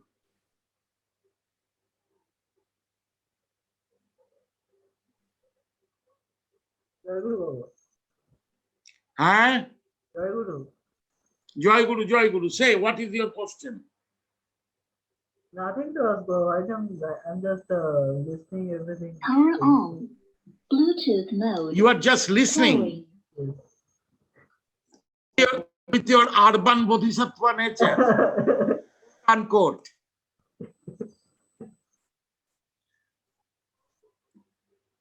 Baba, I have a question. Listening everything. হ্যাঁ বলো কে বলছো Baba, it's Joyanto. I have a question. বলো বলো বলো দাঁড়াও I আমি don't know page how much. 2 তে যাই যেখানে তুমি আছো কোথায় জয়ন্ত গেল Baba, I'm here. দাঁড়াবাই দেখতে বাবা। দে তুই তো তোর জায়গায় হিয়ার আমার জায়গায় কোথায় তুই আমায় খুঁজে পেতে হবে তো Scroll down koro ba ye koro. কোন পেজে তুই first second third Baba, it's very difficult for me to let you ও know. পেয়েছি তোকে আহা তুই computer professor being a computer professor you are asking a novice to find you from this chart you tell me in which page you are okay I got Obviously it not. say. I don't know how much it will be relevant, but if you will pardon me if it is not relevant with this today's discussion. You are talking about a yogi is always supposed to deal with his or her memory and mind. So my question Yeah, is, that is in the also state a part of yoga. It's not, Yeah. that is Yeah. only the practice. That is one of the major Yeah. practice. Raja yoga to Samrajya yoga is working with the memories. Okay, my question is that in the state of Nirvikalpa Samadhi, does memory work? If not, then how the realization generates from her after coming down from the Nirvikalpa Samadhi to a state, a yogi explains his realization. Yeah. First of all, this question you have right to ask you if you have entered Nirvikalpa Samadhi. If not, you don't have right. That's why I told you, But you'll pardon me. Sattva Yajinam is my promise that anybody asks me a question, I have to answer from my experience. I will still say, but it is not your right to ask this question, because That's you are why intellectually speculating a pure state I of told, wisdom, which is not allowed. that's why I told you, I will It's, pardon me if I'm not. so I am not indulging you in this question, but because you have Okay. placed the question, I will answer.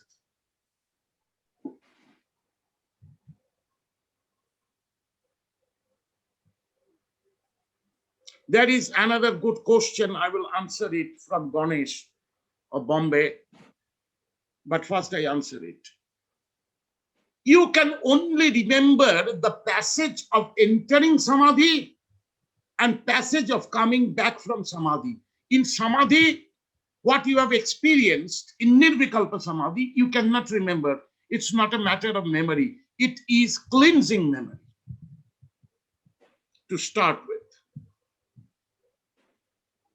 Because there is no jnana. There is no differentiation between knowledge, knower, and known. There is no perception working there. It's called Achinta Yoga. It's non-perceptual state. So there cannot be any memory of that. But the memories start coming back or surfacing out when you are coming down. So from there, you see it as in the process, intellectual process of nihilism, you find it, oh, there my physical sense was not there, so it is not, I was not a body.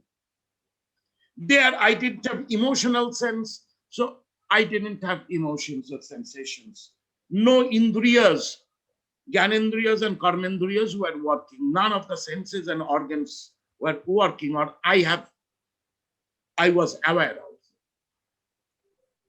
There was no thought, no perception.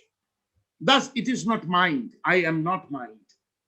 Then there is no matter to judge there, because the faculty of judgment I have seen dying with myself. That there is, I am not judgment. And even the self was not there. So self was not there, will be admitted only by Agamis. Shunyam. Shiva Samhita starts with Ekam Jnanam Nitta Adyanta Shunyam Nanyat Vartate Vastu Satyam Yat Vedaha Asmin Indriyanupadhina Vai Jnana Swayam Vasate Nannataiva. That there is one single wisdom, which is the wisdom of the great void. And that what you call as knowledge is a correlation between the senses and sense objects and memory, and hence memory, which is fluctuating and nothing else. So real knowledge or wisdom is only the void. Everything about information and knowing is fluctuating and unreal. Is not the Paramarthik Satya, it is Samvartik Satya. Everything falls under Samvartik Satya when the realization has a verb in it. So immediately a subject and object will come to make the polarization.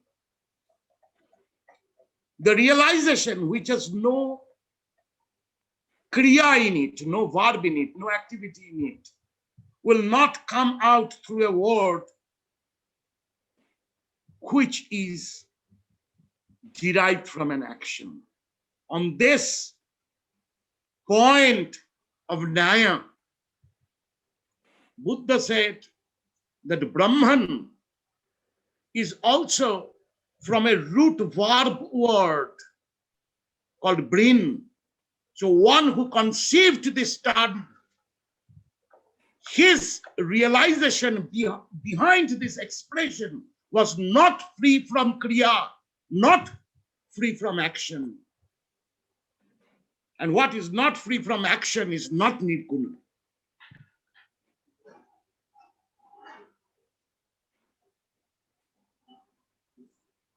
Expansion is a kriya. So one who expands is one with the kriya. So prakriti vartate eva. So the activity of prakriti or changefulness, the moment there is an expansion, it's change of space and time. This duality is immediately there. Thus Brahman is not free from duality. That is why Buddha, in his teaching of Brahma Vihara, or the practice of the Brahman, has given compassionate practice. Practice empathy. So where your expansion of mind is going will not create a false ego. Because the self, which is free from ego, will put an ego when you will memorize it coming back from Brahma Samadhi. I have seen even my Vedanta Guru, with human limitations, is not accepting a fault he has done because it's ego. I am Brahman, how can I do a fault? Observing this years and years with Vedantis, I've seen how this philosophy has corrupted their mind in a kind of hyper egotism, which is very pure.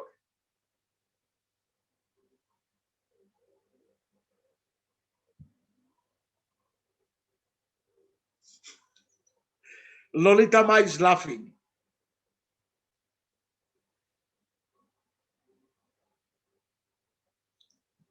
So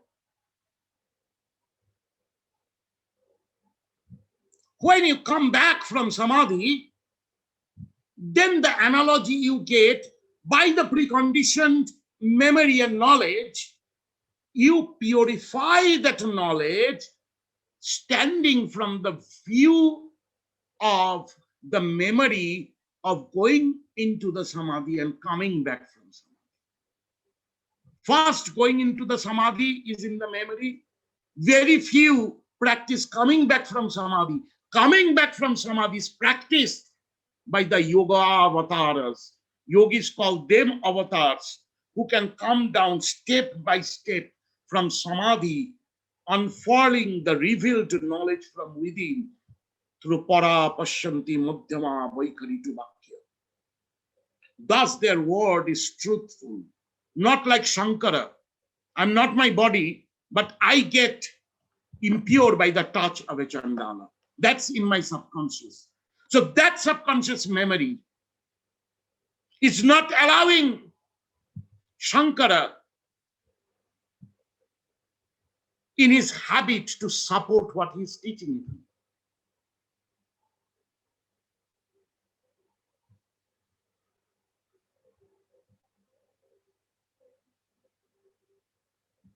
So in this case, I will say another thing. In my very young days, I was very near to the great tantric master Nogen Bakchi, who was Bama Khapa's disciple in Tarapit. When I first met him, he was 98 years old and I was 10 years old. When I met him last, I was 27 years old, 28 years old, and he was above 100. So when I went near him, I said, Baba, are you recognizing me? He was sitting in a chair, relaxed, easy chair. And he said, Baba, I have forgotten everything. So who are you? I said, Baba, I used to be, first day you took me in your lap, and then I did my tapasas in this cremation ground. my elder brother, cousin brother is so and so, who is also one of your disciples. He could not remember. Then I felt sad that he had tears, that I cannot remember. So I hold his hand and said, Baba, don't be sad that you have forgotten everything. You have not forgotten your Guru. If you remembered the Guru and remembered your wisdom, you don't need to remember anything. He jumped up and said, yes, I have not forgotten my Guru and forgotten the wisdom I get as a grace from the Guru. And then he spoke 1 hour where he remembered me from my childhood days. His memory came back. So it is where these masters have chosen to lose their memory because they don't want to keep the trash filled in their head. And new memories will not develop if old memories do not go. And their entire memory tank is getting filled by voidness. So other memories are not surfacing, they are fainted out, but he remembered. In that line, when he started talking, he remembered. I told those who went with me, so they asked me how he didn't remember, and did you do a miracle? That no, he's a great master. He's a very great master. But I felt sad that Nogan Baba is not remembering anything and he's crying because he doesn't remember anything. But he is continuously in the grace of his Guru and wisdom of Maa Tara, and he is leading a natural samadhi where he does not remember anything. So thus, with the natural samadhi, if a person dies, he will also not be born. That is why you will see in many Sanskrit letters of somebody's funeral, they write, he or she has gone to the abode of God in full awareness. This full awareness is like in samadhi. So that person will not be born. My mother was very much against my spirituality. She was not atheist. My father was atheist and she was near to atheist. In a very mature lifetime, she realized, mother, of course, she will realize the son, that what is my state of mind. And one day she said, now you need to teach me the path. I don't want to be born as a human being anymore. I don't want to be born in this world. Then I said, Ma, if you wish not to be born, it's not enough. You have to work out for that. So she said that what I have to work out, give me something very short. I will say, more short it is, more strong it is. Will you be able to take a very strong thing? She said, yes. So in a Shivaratri day, I initiated her into samadhi and she attained it. So when she was dying, I was not present. I was in Gangtok, she was in Calcutta. She talked to her near people and said, now leave me. I have to go into a samadhi because I don't want to be born again. And my son has shown me how to die with awareness. So when I went and found her body in the cold storage, she was smiling. Her eyes were closed, but she was smiling. And in both her hands, she's holding on the mudra of doing a japa in her heart. I gave her a Shiva mantra also. Her deity was Shiva. And then I did her funeral rites, everything. So now the entire family is that the son is a sadhu, how he will do Shraddha, the only son, who will do Shraddha. I said, because generally in Hindu sannyasis, they do not do the funeral rites. They're beyond it. But I am a Buddhist. I follow the norms and tradition of Buddhism, where Buddhist sannyasis, in their vow of compassion, they have to do funeral rites and Shraddha of their parents. Why? Because they have taken the Bodhisattva vow of taking everybody's bad karma and transmuting them into wisdom. And the connection between father, mother, and the child is never absolutely gone. So Buddha did the funeral rites of his parents. So we do the funeral rites of our parents. So I sat in a meditation. I found where my mother is, in which loka. And my mind didn't allow me to do a fake Shraddha ceremony. So then my sister said that for the social dignity and things, you should do a Shraddha. But her last words and will and testament was that all the funerals will be done by you and nobody else, and no priest should be present there. And you should do in your own Buddhist rites and rituals. And whatever you do, that will be accepted. So I talked with my mother.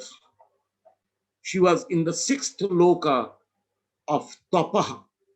Bhulvavasya Mahajana Tapasatya, this loka. She was in Tapa loka. And I found that she's beyond, she's a so high bodhisattva realm that she's beyond doing this Shraddha thing. She has been Lokattara. She's in that Tapa loka with the rishis. So I said, Ma, if you say this to the family members, it will be better, because otherwise I have to do funeral rites that will be pulling down your spirit on our level that I don't want, because I know what I trained you into. I cannot pull you back. Same day, on the 3rd day, 5 members or 3 members of my family, including my nursemaid who brought me up, she was very near to my mother.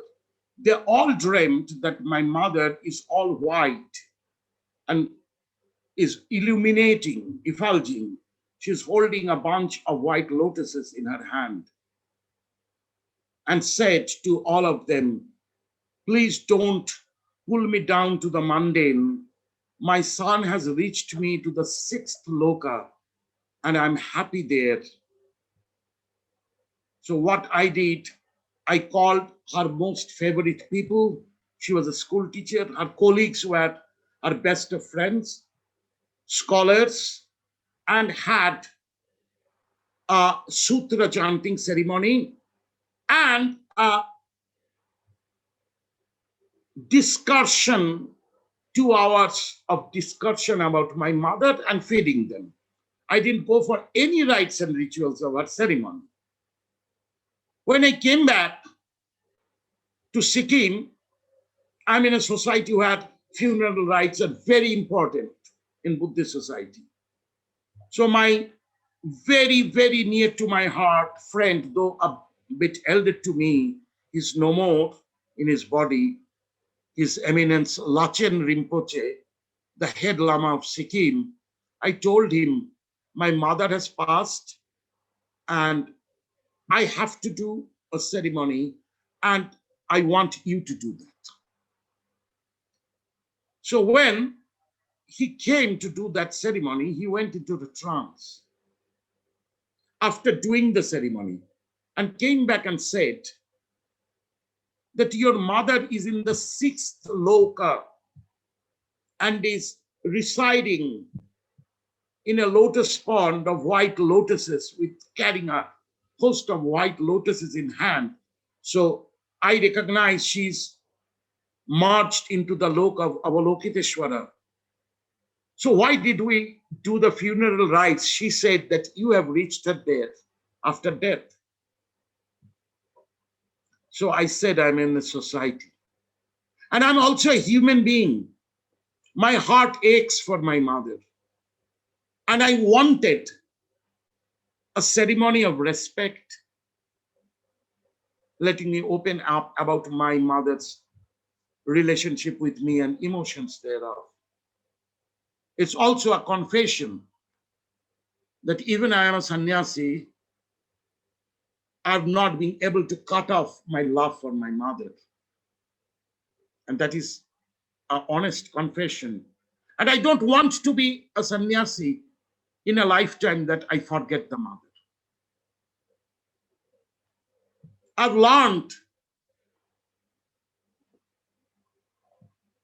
to call the universal goddess mother, not without knowing my mother.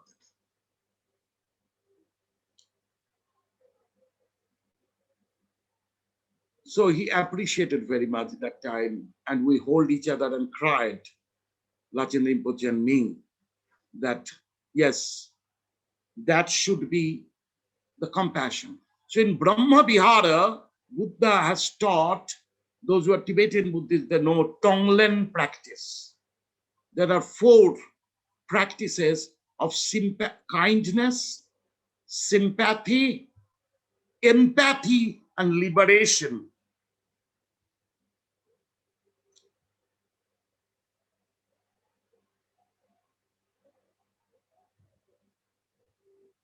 Maitreya can say about it. She was working on that in her research. So that is called Brahma Vihara. So Buddha said, when you go to this glory of the self expanding, what is the value of this glory until and unless you share it with others with compassion? So apply your Brahma Jnana not on intellectual pursuits and increase your ego, but practice love, metta or maitri or friendliness, balancing. Help people, heal people. Let your bliss of Brahmajnana turn to the bliss of serving others. That is Brahma Vihara of Lord Buddha. Very different ways of looking into it. So now I will answer the questions. Yes, Ganesh. So Ganesh is asking, can dream be activated like Tantra Swapna Devi, Swapna Matangi, or Swapna Siddhi for getting answer? Is it relevant? Is it also memory siddhi? Is it occult spirit? It's memory siddhi. Your pure memories, smriti, will take form of the gods and goddesses. That is why in the Hindu smarta system, we find mythologies. Gods and goddesses are coming out of the smritis. So Swapna Matangi, Swapna Devi is Swapna Siddhi is when your subconscious will reveal to you long memories of the past or deities coming up in your memory. Your memory is creating you in its pure essence. So that is your own self teaching you in the form of your deity. Does that make sense to you? Little confusing because there are mantras and Mantras are tools to reach there. Like there is a record that will play, but you have to put the pin and the wheel to play the record. Okay. Those are the tools. It is not split like Karna Pichas. It is not split. Karna Pichas also is there something. What do you think about the spirit and the deity?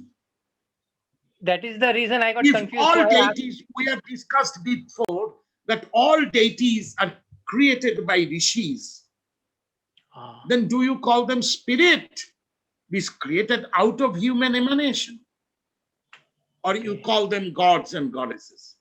Generally, lower emanations are called spirits, and higher emanations, those who are personification of wisdom, they are called deities. Okay. Karna Pishachi is also a deity. She is Dhumavati. Oh, So you cannot call Dhumavati a spirit. She's a deity. yes. Okay. Okay.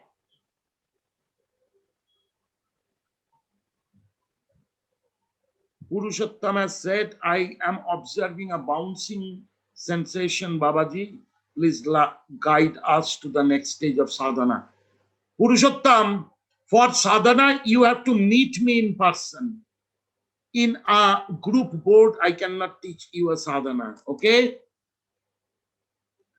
Shushabon, from the story of Swambhunath and Eshe Tsogyal, as she was been told that her matriarchal aggression had become the cause of that abuse. So my question is how her ego became the cause of that assault. It's a very easy question, I answered it. That if a woman in a nomadic barbaric society of men with muscle power says, from today, men will be under my foot, it is enough to grow a rage among men, and they show their muscle power. Acha, do Mahatmas take birth to teach people like us and take us to right path of life as well as consciousness? Yes, that is how a bodhisattva works. A bodhisattva gains finer and finer of perfection of wisdom. The wisdom becomes finer and finer. More he finds out more and more ways to teach newer and newer issues of trouble. A bodhisattva starts becoming a doctor of all diseases. So it is a both-way traffic. A bodhisattva gaining through teaching others, sharing his wisdom, his or her wisdom, as well as others gaining from it.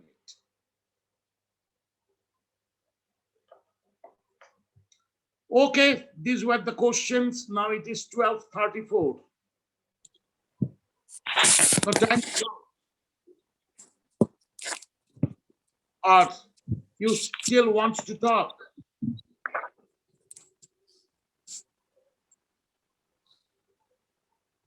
Chinima, you are looking very beautiful in that blue dress.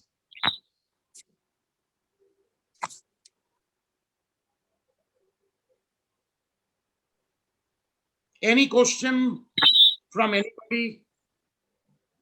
Anybody can ask questions. You don't have to be known to me. There are many unknown people here also that I'm not personally met them. You can always ask a question. Babaji, can I ask a question? Yeah.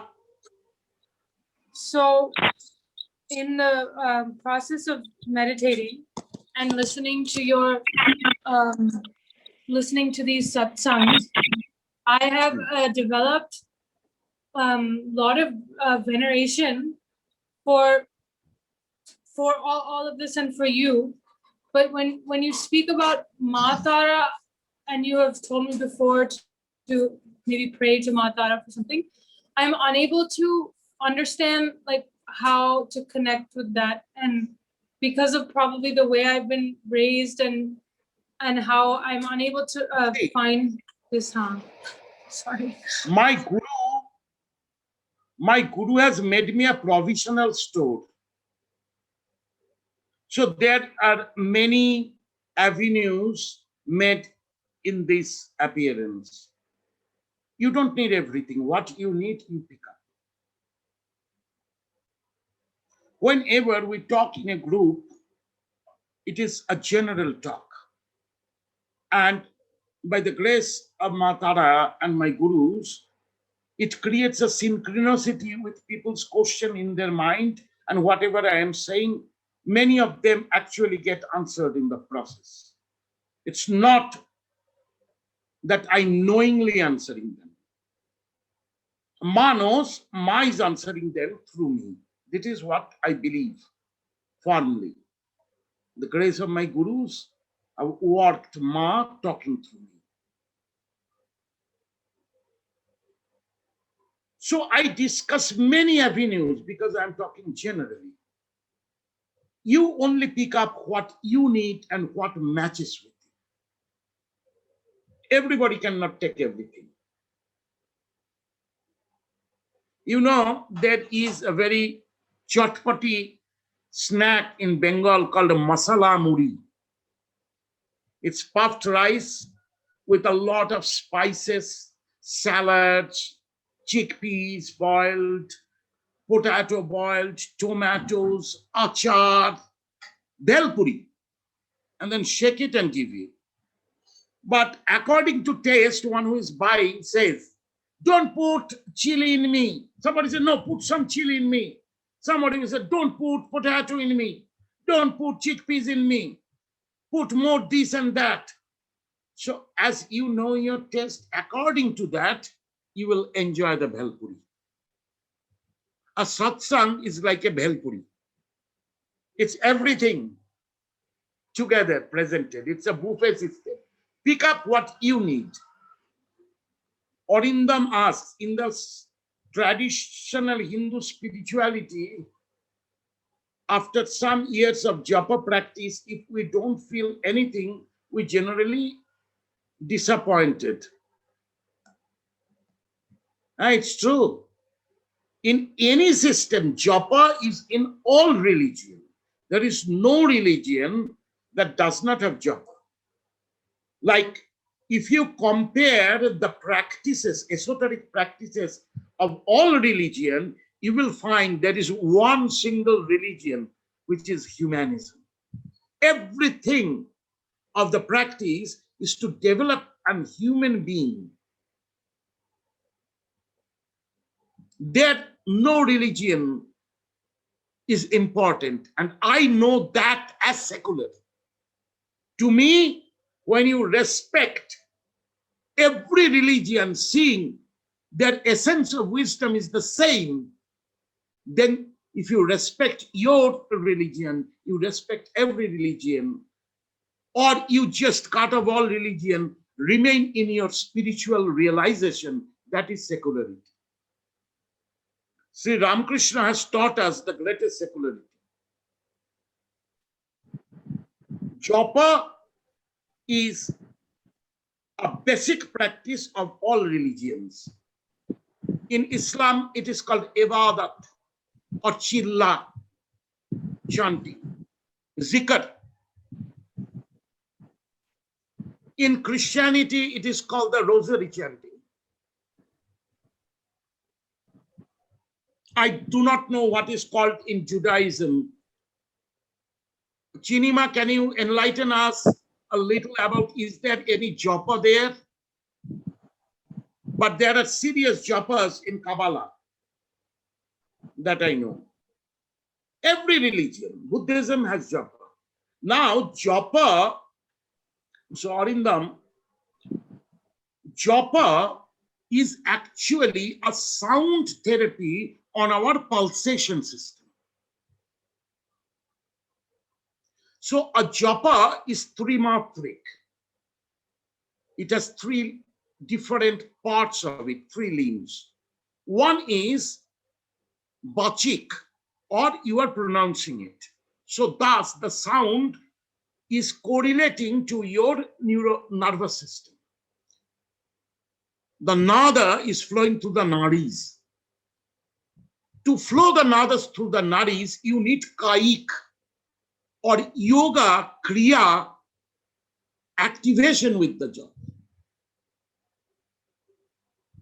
Then manasik. Manasik is the concentration and meditation on the japa correlating to the deity or an essence of wisdom. Like when you are doing Om, there is no deity, but focus on the Brahma Chinta and do Om. So kaik, bachik, manasik. When these three are put together, a Sadguru teaches the three in one. Any one part is incomplete. Like if you have got the vegetables, you cannot eat because you have to cook it. If you have got the masalas and the oil, but not the fire, you cannot cook the vegetables.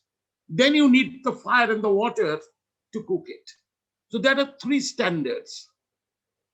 In pure tantric practice, these mantras are given according to the constitution of a person. Like, you need, suppose, I'm giving you an example. Om Oim is the Guru Bij. It's also called Vidya Bij, or the syllable of wisdom. So if you apply it in Muladhara, you will know the details of your body, and your Hatha Yoga will get aligned with the mantra. If you do it in the Sadhisthana, your Brahmacharya will be supported by the knowledge of facing your sexuality and transcending it. If you put it in the navel, which is the center of contentment and discontentment, Manipura, then it will give a different knowledge about your health system, about your contentment and discontentment. If you put it in the heart, it will give you the wisdom of love. If you put it in throat, which is its real seat is in the throat, it will give you the perfection of speech. If you put it in the third eye, it will give the wisdom of Atma. If you put it in the head, you definitely put it in the right lobe or the experiential quotient as the Shakti aspect of the Guru, while the Om becomes the Shiva aspect of the Guru. And when these two equates, the brain pulsation will equate and take you into Samadhi. So until and unless you have a sadhana prakriya with Japa, Japa is just like children with their counters. Anandamayi taught Nasa Japa. What? From the tip of the toes to the tip of the head, 108 pulsation. Concentrate on each pulsation and transmute it with your mantra, that when you go to the tip, you have become the pulsation of that mantra totally. They are also making maps of energy in the body with mantras, like Nyasa Prakriya, Karanyas, Anganyas, all these are there. So mantra is not without a nyasa. So mantra, japana, has to be fully mindful with yoga, gyan, and bhakti.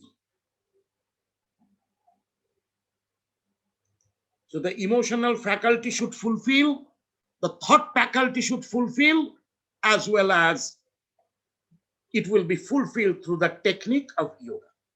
So if a person does not really enjoy the japa, means no experience is happening to the person. I will tell you a short story about it. Great Siddhacharya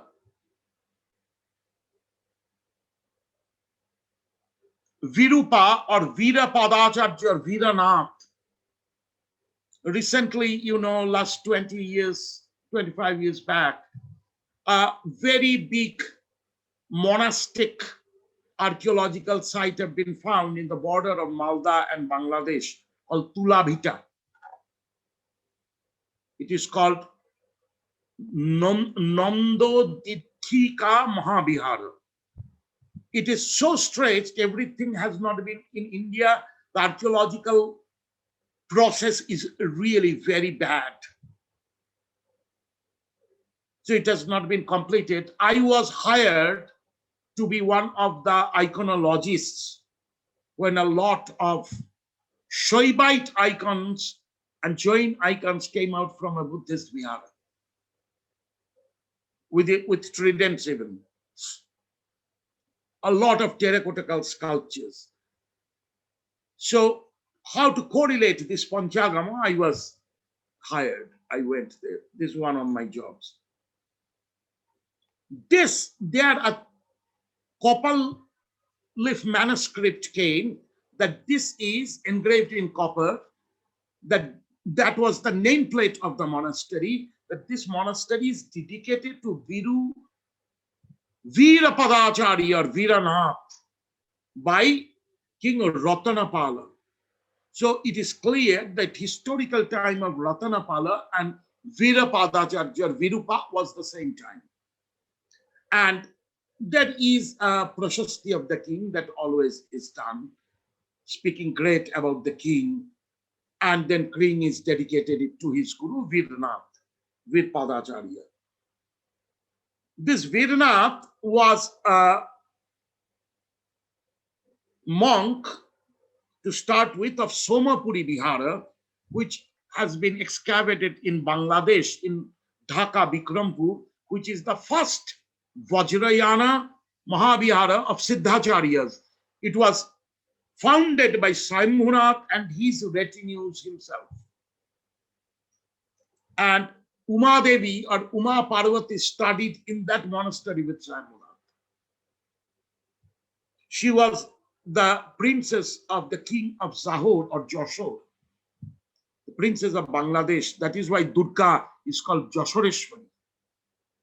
That is how we in our folklore say that during Durga Puja, Ma Durga comes as a daughter in our family. Actually, during autumn, this northeastern hills, after a big rainfall, is again for traveling. That is the time Lachamandarava, which is translated name of Uma Parvati, is to come with Sambhunatha to the plains, to Bengal, in Joshahar, to her parents' world. That is how Ma Durga comes to Bengal as a paternal. This is a folk tradition with story attached with 8th century AD. Because we know the mythological Parvati was from Himachal. So how Bengal will be his father's place? We take many things for granted in the tradition without questioning it. Thus, our traditional practices turn into ignorant repetitions without knowledge. Whatever. So Virupa has chanted his mantra for 12 years and didn't have any siddhis or any experience. He got very frustrated, angry, threw his japa mala into the garbage tank and went to the village bar and drank from morning till night. He was so frustrated. So the bartender girl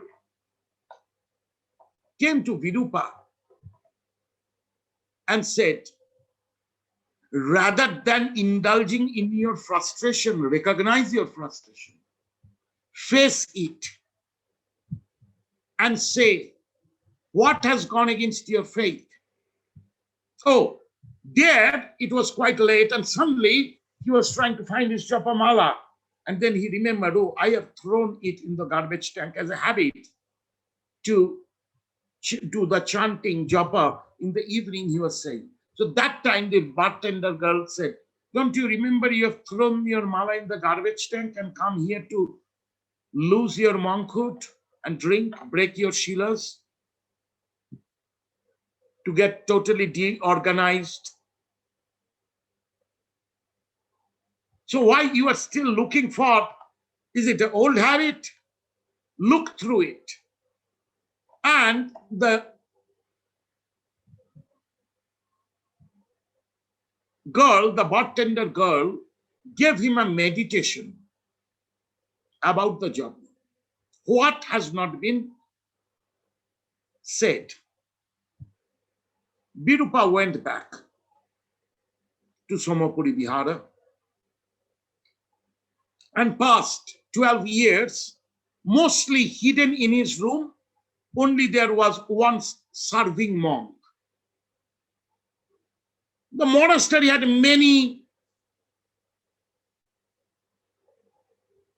pigeons. You know, in temples, pigeons make their houses, and they're in India seen as a lucky charm. So pigeons, then the monks started seeing in the monastery, the pigeons are no more there. Very one or two pigeons at the, where did the pigeons go? Must be somebody is killing them. Who can kill them in the monastery? Monastic pigeons. So they made a board that every room has to be checked. So they checked every room, they didn't find anything. Then people said, no, check the room of Virupadacharya, Virapadacharya. They said, he is a very high yogi, we should not doubt him. No, do it. So when they opened the room, they found the room has become a garbage tank of feathers and bones of many pigeons that he has eaten. And there is a dhuni going on in the center of his room, and he is baking another pigeon and eating it, and his servant monk secretively brings him like earthen pitchers of country liquor, alcohol, hooch. Bengalis will know it as Bangla. And there is a heap of these broken vases. So he's sitting inside a garbage tank with his dhuni up, and he was caught drinking, killing, life and eating meat. All goes against Buddhist shilas and virtues. So they all like said very bad things to him. And he didn't say anything. Ultimately, he has to give away his monk's robes. He is not entitled to wear. So he took to common man's robes and walked out of the monastery. In the front of the monastery, there was a big lake, and it was full of lotuses. So Virupa stood there when some monk said, see, being a Buddhist yogi, you have done so nonsensical things. You have drank wine, you have eaten meat, you have killed these birds. Why did you do such things? We all respected you. He looked at them and said, now you have no right to criticize me. I'm no more a monk. So when I was in the monk's garb, these were matters of criticism. Now I'm not a monk, I'm a yogi. I can do whatever I like. Saying this, he stepped into the water and started dancing on the water, putting his feet on the lotus leaves and crossing the lake. Miracle. These people got afraid. And then the entire monastery came out, the abbot came out, and they went around about the lake and went to him and said, you are such a great master. Why did you do things which are prohibited by Buddha? So he said, those must be prohibited for you, not me. So what is your logic of killing lives, which is non-violence is our Shila? He said, I have not killed them. I've given them better lives. How is that? Well, okay. Asked his servant, can you bring some of these bones and feathers? So the servant brought in a tukri, on a bamboo basket, the bones and the feathers of some. The 12 years it has accumulated. Think what a stinky room he's living in. And he just tossed his fingers and chanted a mantra, and all the feathers and bones turned into pigeons. They're bigger and healthier inside view, and they all flew away further away from the monastery. So one monk asked, why did they leave the monastery, the pigeons? And Virupa said, because I've eaten them, their soul is wiser than you monks. They think to live with monks is a shame. This is the oral tradition.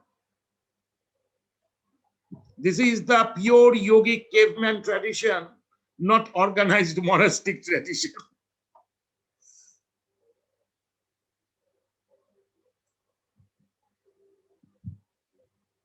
So if you follow the story of Virupa, you will see 12 years he has practiced in outer discipline and he didn't realize the mantras, or he could not awaken the mantra in him.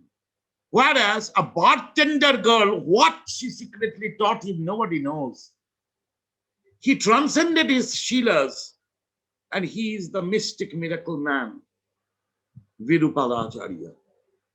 Even in Kamakhya, Virupa is worshipped because Kamakhya tradition holds him as a guru after Matsyendranath. Matsyendranath, Swambhunath is the first guru, Matsyendranath is the second guru, and Virupa is the third guru of the tantric tradition of Kamakhya. Prior to that, it was pure matriarchal world. So this is a story of Japa. That is why the traditional or so-called Japa, we don't care very much. These are not our practices. In my tradition, first you have to know Spandakarika in your own body through experience. You have to know the 5 breaths that hold your 5 moods and identities. You have to know the 5 elements thoroughly in your body through yoga practice. Awaken Kundalini, awaken Chandalini, then you get the mantra. Prior to that, you don't get a mantra. Because a seed is not thrown in the field by a wise farmer, because the seed is costly. First, the ground, the soil needs to be made to grow the seeds. Nowadays, it is all mantra diksha. Diksha means mantra, no? Diksha means showing the path. In the tradition I followed, is first you practice the yoga, purify your body, know how to set up a mantra in your body, then you go to mantra. Even in Vaishnava system of the esoteric cult of Nityananda, the physical level is called sthula. There is only Hare Krishna, Krishna Krishna, Hare Hare, Hare Ram, Ram Ram, Hare Hare. It is called Namashra. This is in a rhythm. If you practice it, there is a technique. You will go into Ujjayi Vayu or round breathing. Hare Krishna will be inhale long and exhale short. And finally, absolute inhale, and Hare Rama will come down as exhale long and inhale short and come to an absolute exhale. So this will ultimately go into a round breathing where the inhale and exhale have joined with each other in a fashion. It is not a start and end. It's not up and down. It's round. That round breathing in yoga is called Ujjayi Vayu. If you put mantra in Ujjayi Vayu, you go into Ajapa. See, Ajapa is not anything so miraculous and mystic that you people never experience it. Think of a good song you have heard and you are chanting that song without your knowledge, whole day, 2 days, 3 days, 4 days, that is repeating in your mouth. You cannot stop it. That is ajapa. So without the pleasure created with the japa, a japa is meaningless. And pleasure will come with these kriyas. I think I will see how more questions. Oh, Abhilash Pal has written, I heard one song of yours where I came across this line, Brahma Sattva Jagat Mithya Jagote Koriye Bhyakkha Siddhachari Hoyecho Bachal. Brahman is real, world is fake, defined in the world. I cannot understand this. Baba, why can we not refute the world as something apart from consciousness? The yogis don't see Jagat and Brahma as two different things. Yogis see it as two extreme polarization. The inner reality of the self is Brahman and the outer reality of the self is Prakriti. Thus in Tantra, Brahma and Prakriti is abhinna. That is why we call Kali Brahmamayi. But in which sense Kali is Brahmamayi? In Tantra, Kali is Bimorsha, means the centripetal force. Like from the circumference, when you come to the center, pulled to the center, Kali. Because from the time and space span, you are going to no space, no time identity. That is Kalang Kalayati Kali, Kali, one who eats up time. So how is Brahma Mayi? As the theory of Brahman is the Big Bang theory of the modern quantum theory, it simultaneously is the big crunch happening on the Brahman. So two opposite things happening at the same time. This was gestured by Buddha like this. Two opposite movements moving at the same time, keeping the neutral state of existence. So this neutral state of existence is samadhi. Only in samadhi we realize it. And practicing samadhi again and again and again and again and again, one day you don't need to practice samadhi because even you are awake or in focused concentration in the so-called conscious plane, your memory of samadhi is carrying on. There is a song in Baul, প্রেমের মানুষ সে জনা তার দেখলে যাইছে না,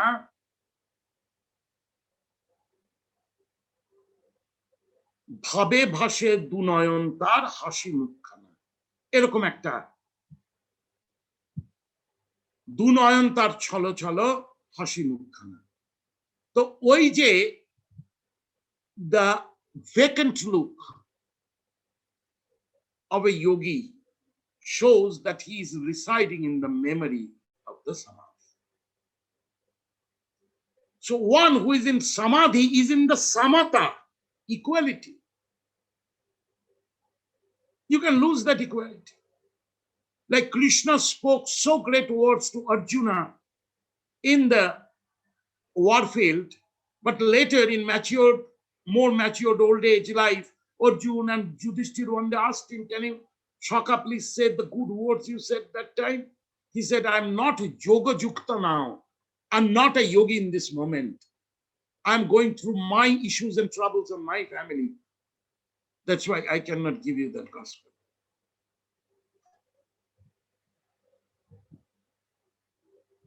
So yogi knows the reality of life. And the reality of life is holding in one end the theories, in another end, the experiences and practice. What are the value of theories if the practices are not there? That is why in one of my songs, I'm saying, Brahma Sattva Jagat Mithya Jagote Koriya Bhyakkha, that you are preaching Brahman, theory of Brahman, or the consciousness of Brahman is truth. And the changeful world is not truth. Where are you explaining it? In the world itself. And thus, you are a bachal. You are an idiot blubber. You are blurbing nonsense.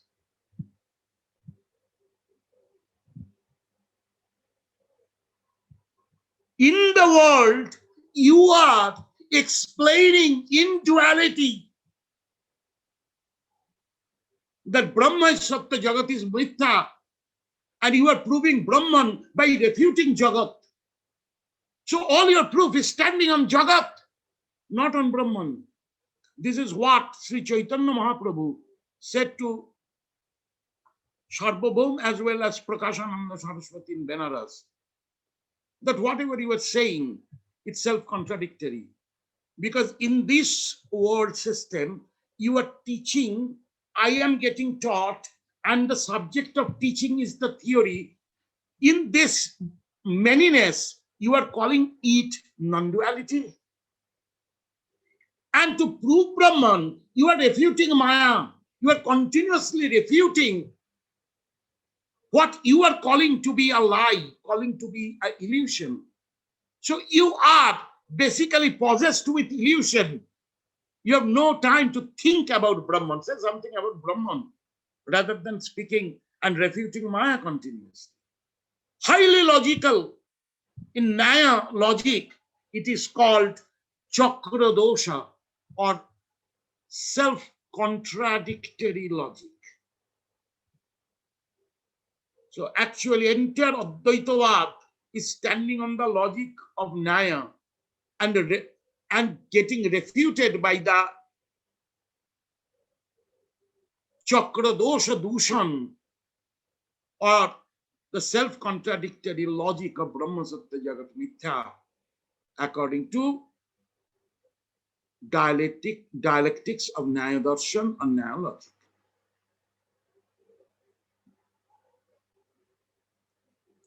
I think all the questions has been answered today and it's quite late. It's no problem for me. It's already 2.5 hours almost past.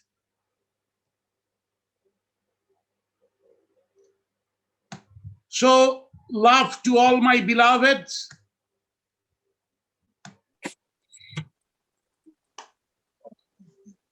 My earnest feelings of heart and my respect to all of you as one single pure consciousness that has taken form of the soul and 5 elemental structure of life. Even with all these varieties, you are the same consciousness. So my pranam to all of you, my love and aling to all my beloveds. Swambhu Adesh, Aghor Adesh, Avadhut Adesh, Alakha Niranjan, Boom, Boom, Boom, Boom, Boom, Har Har Mahakal.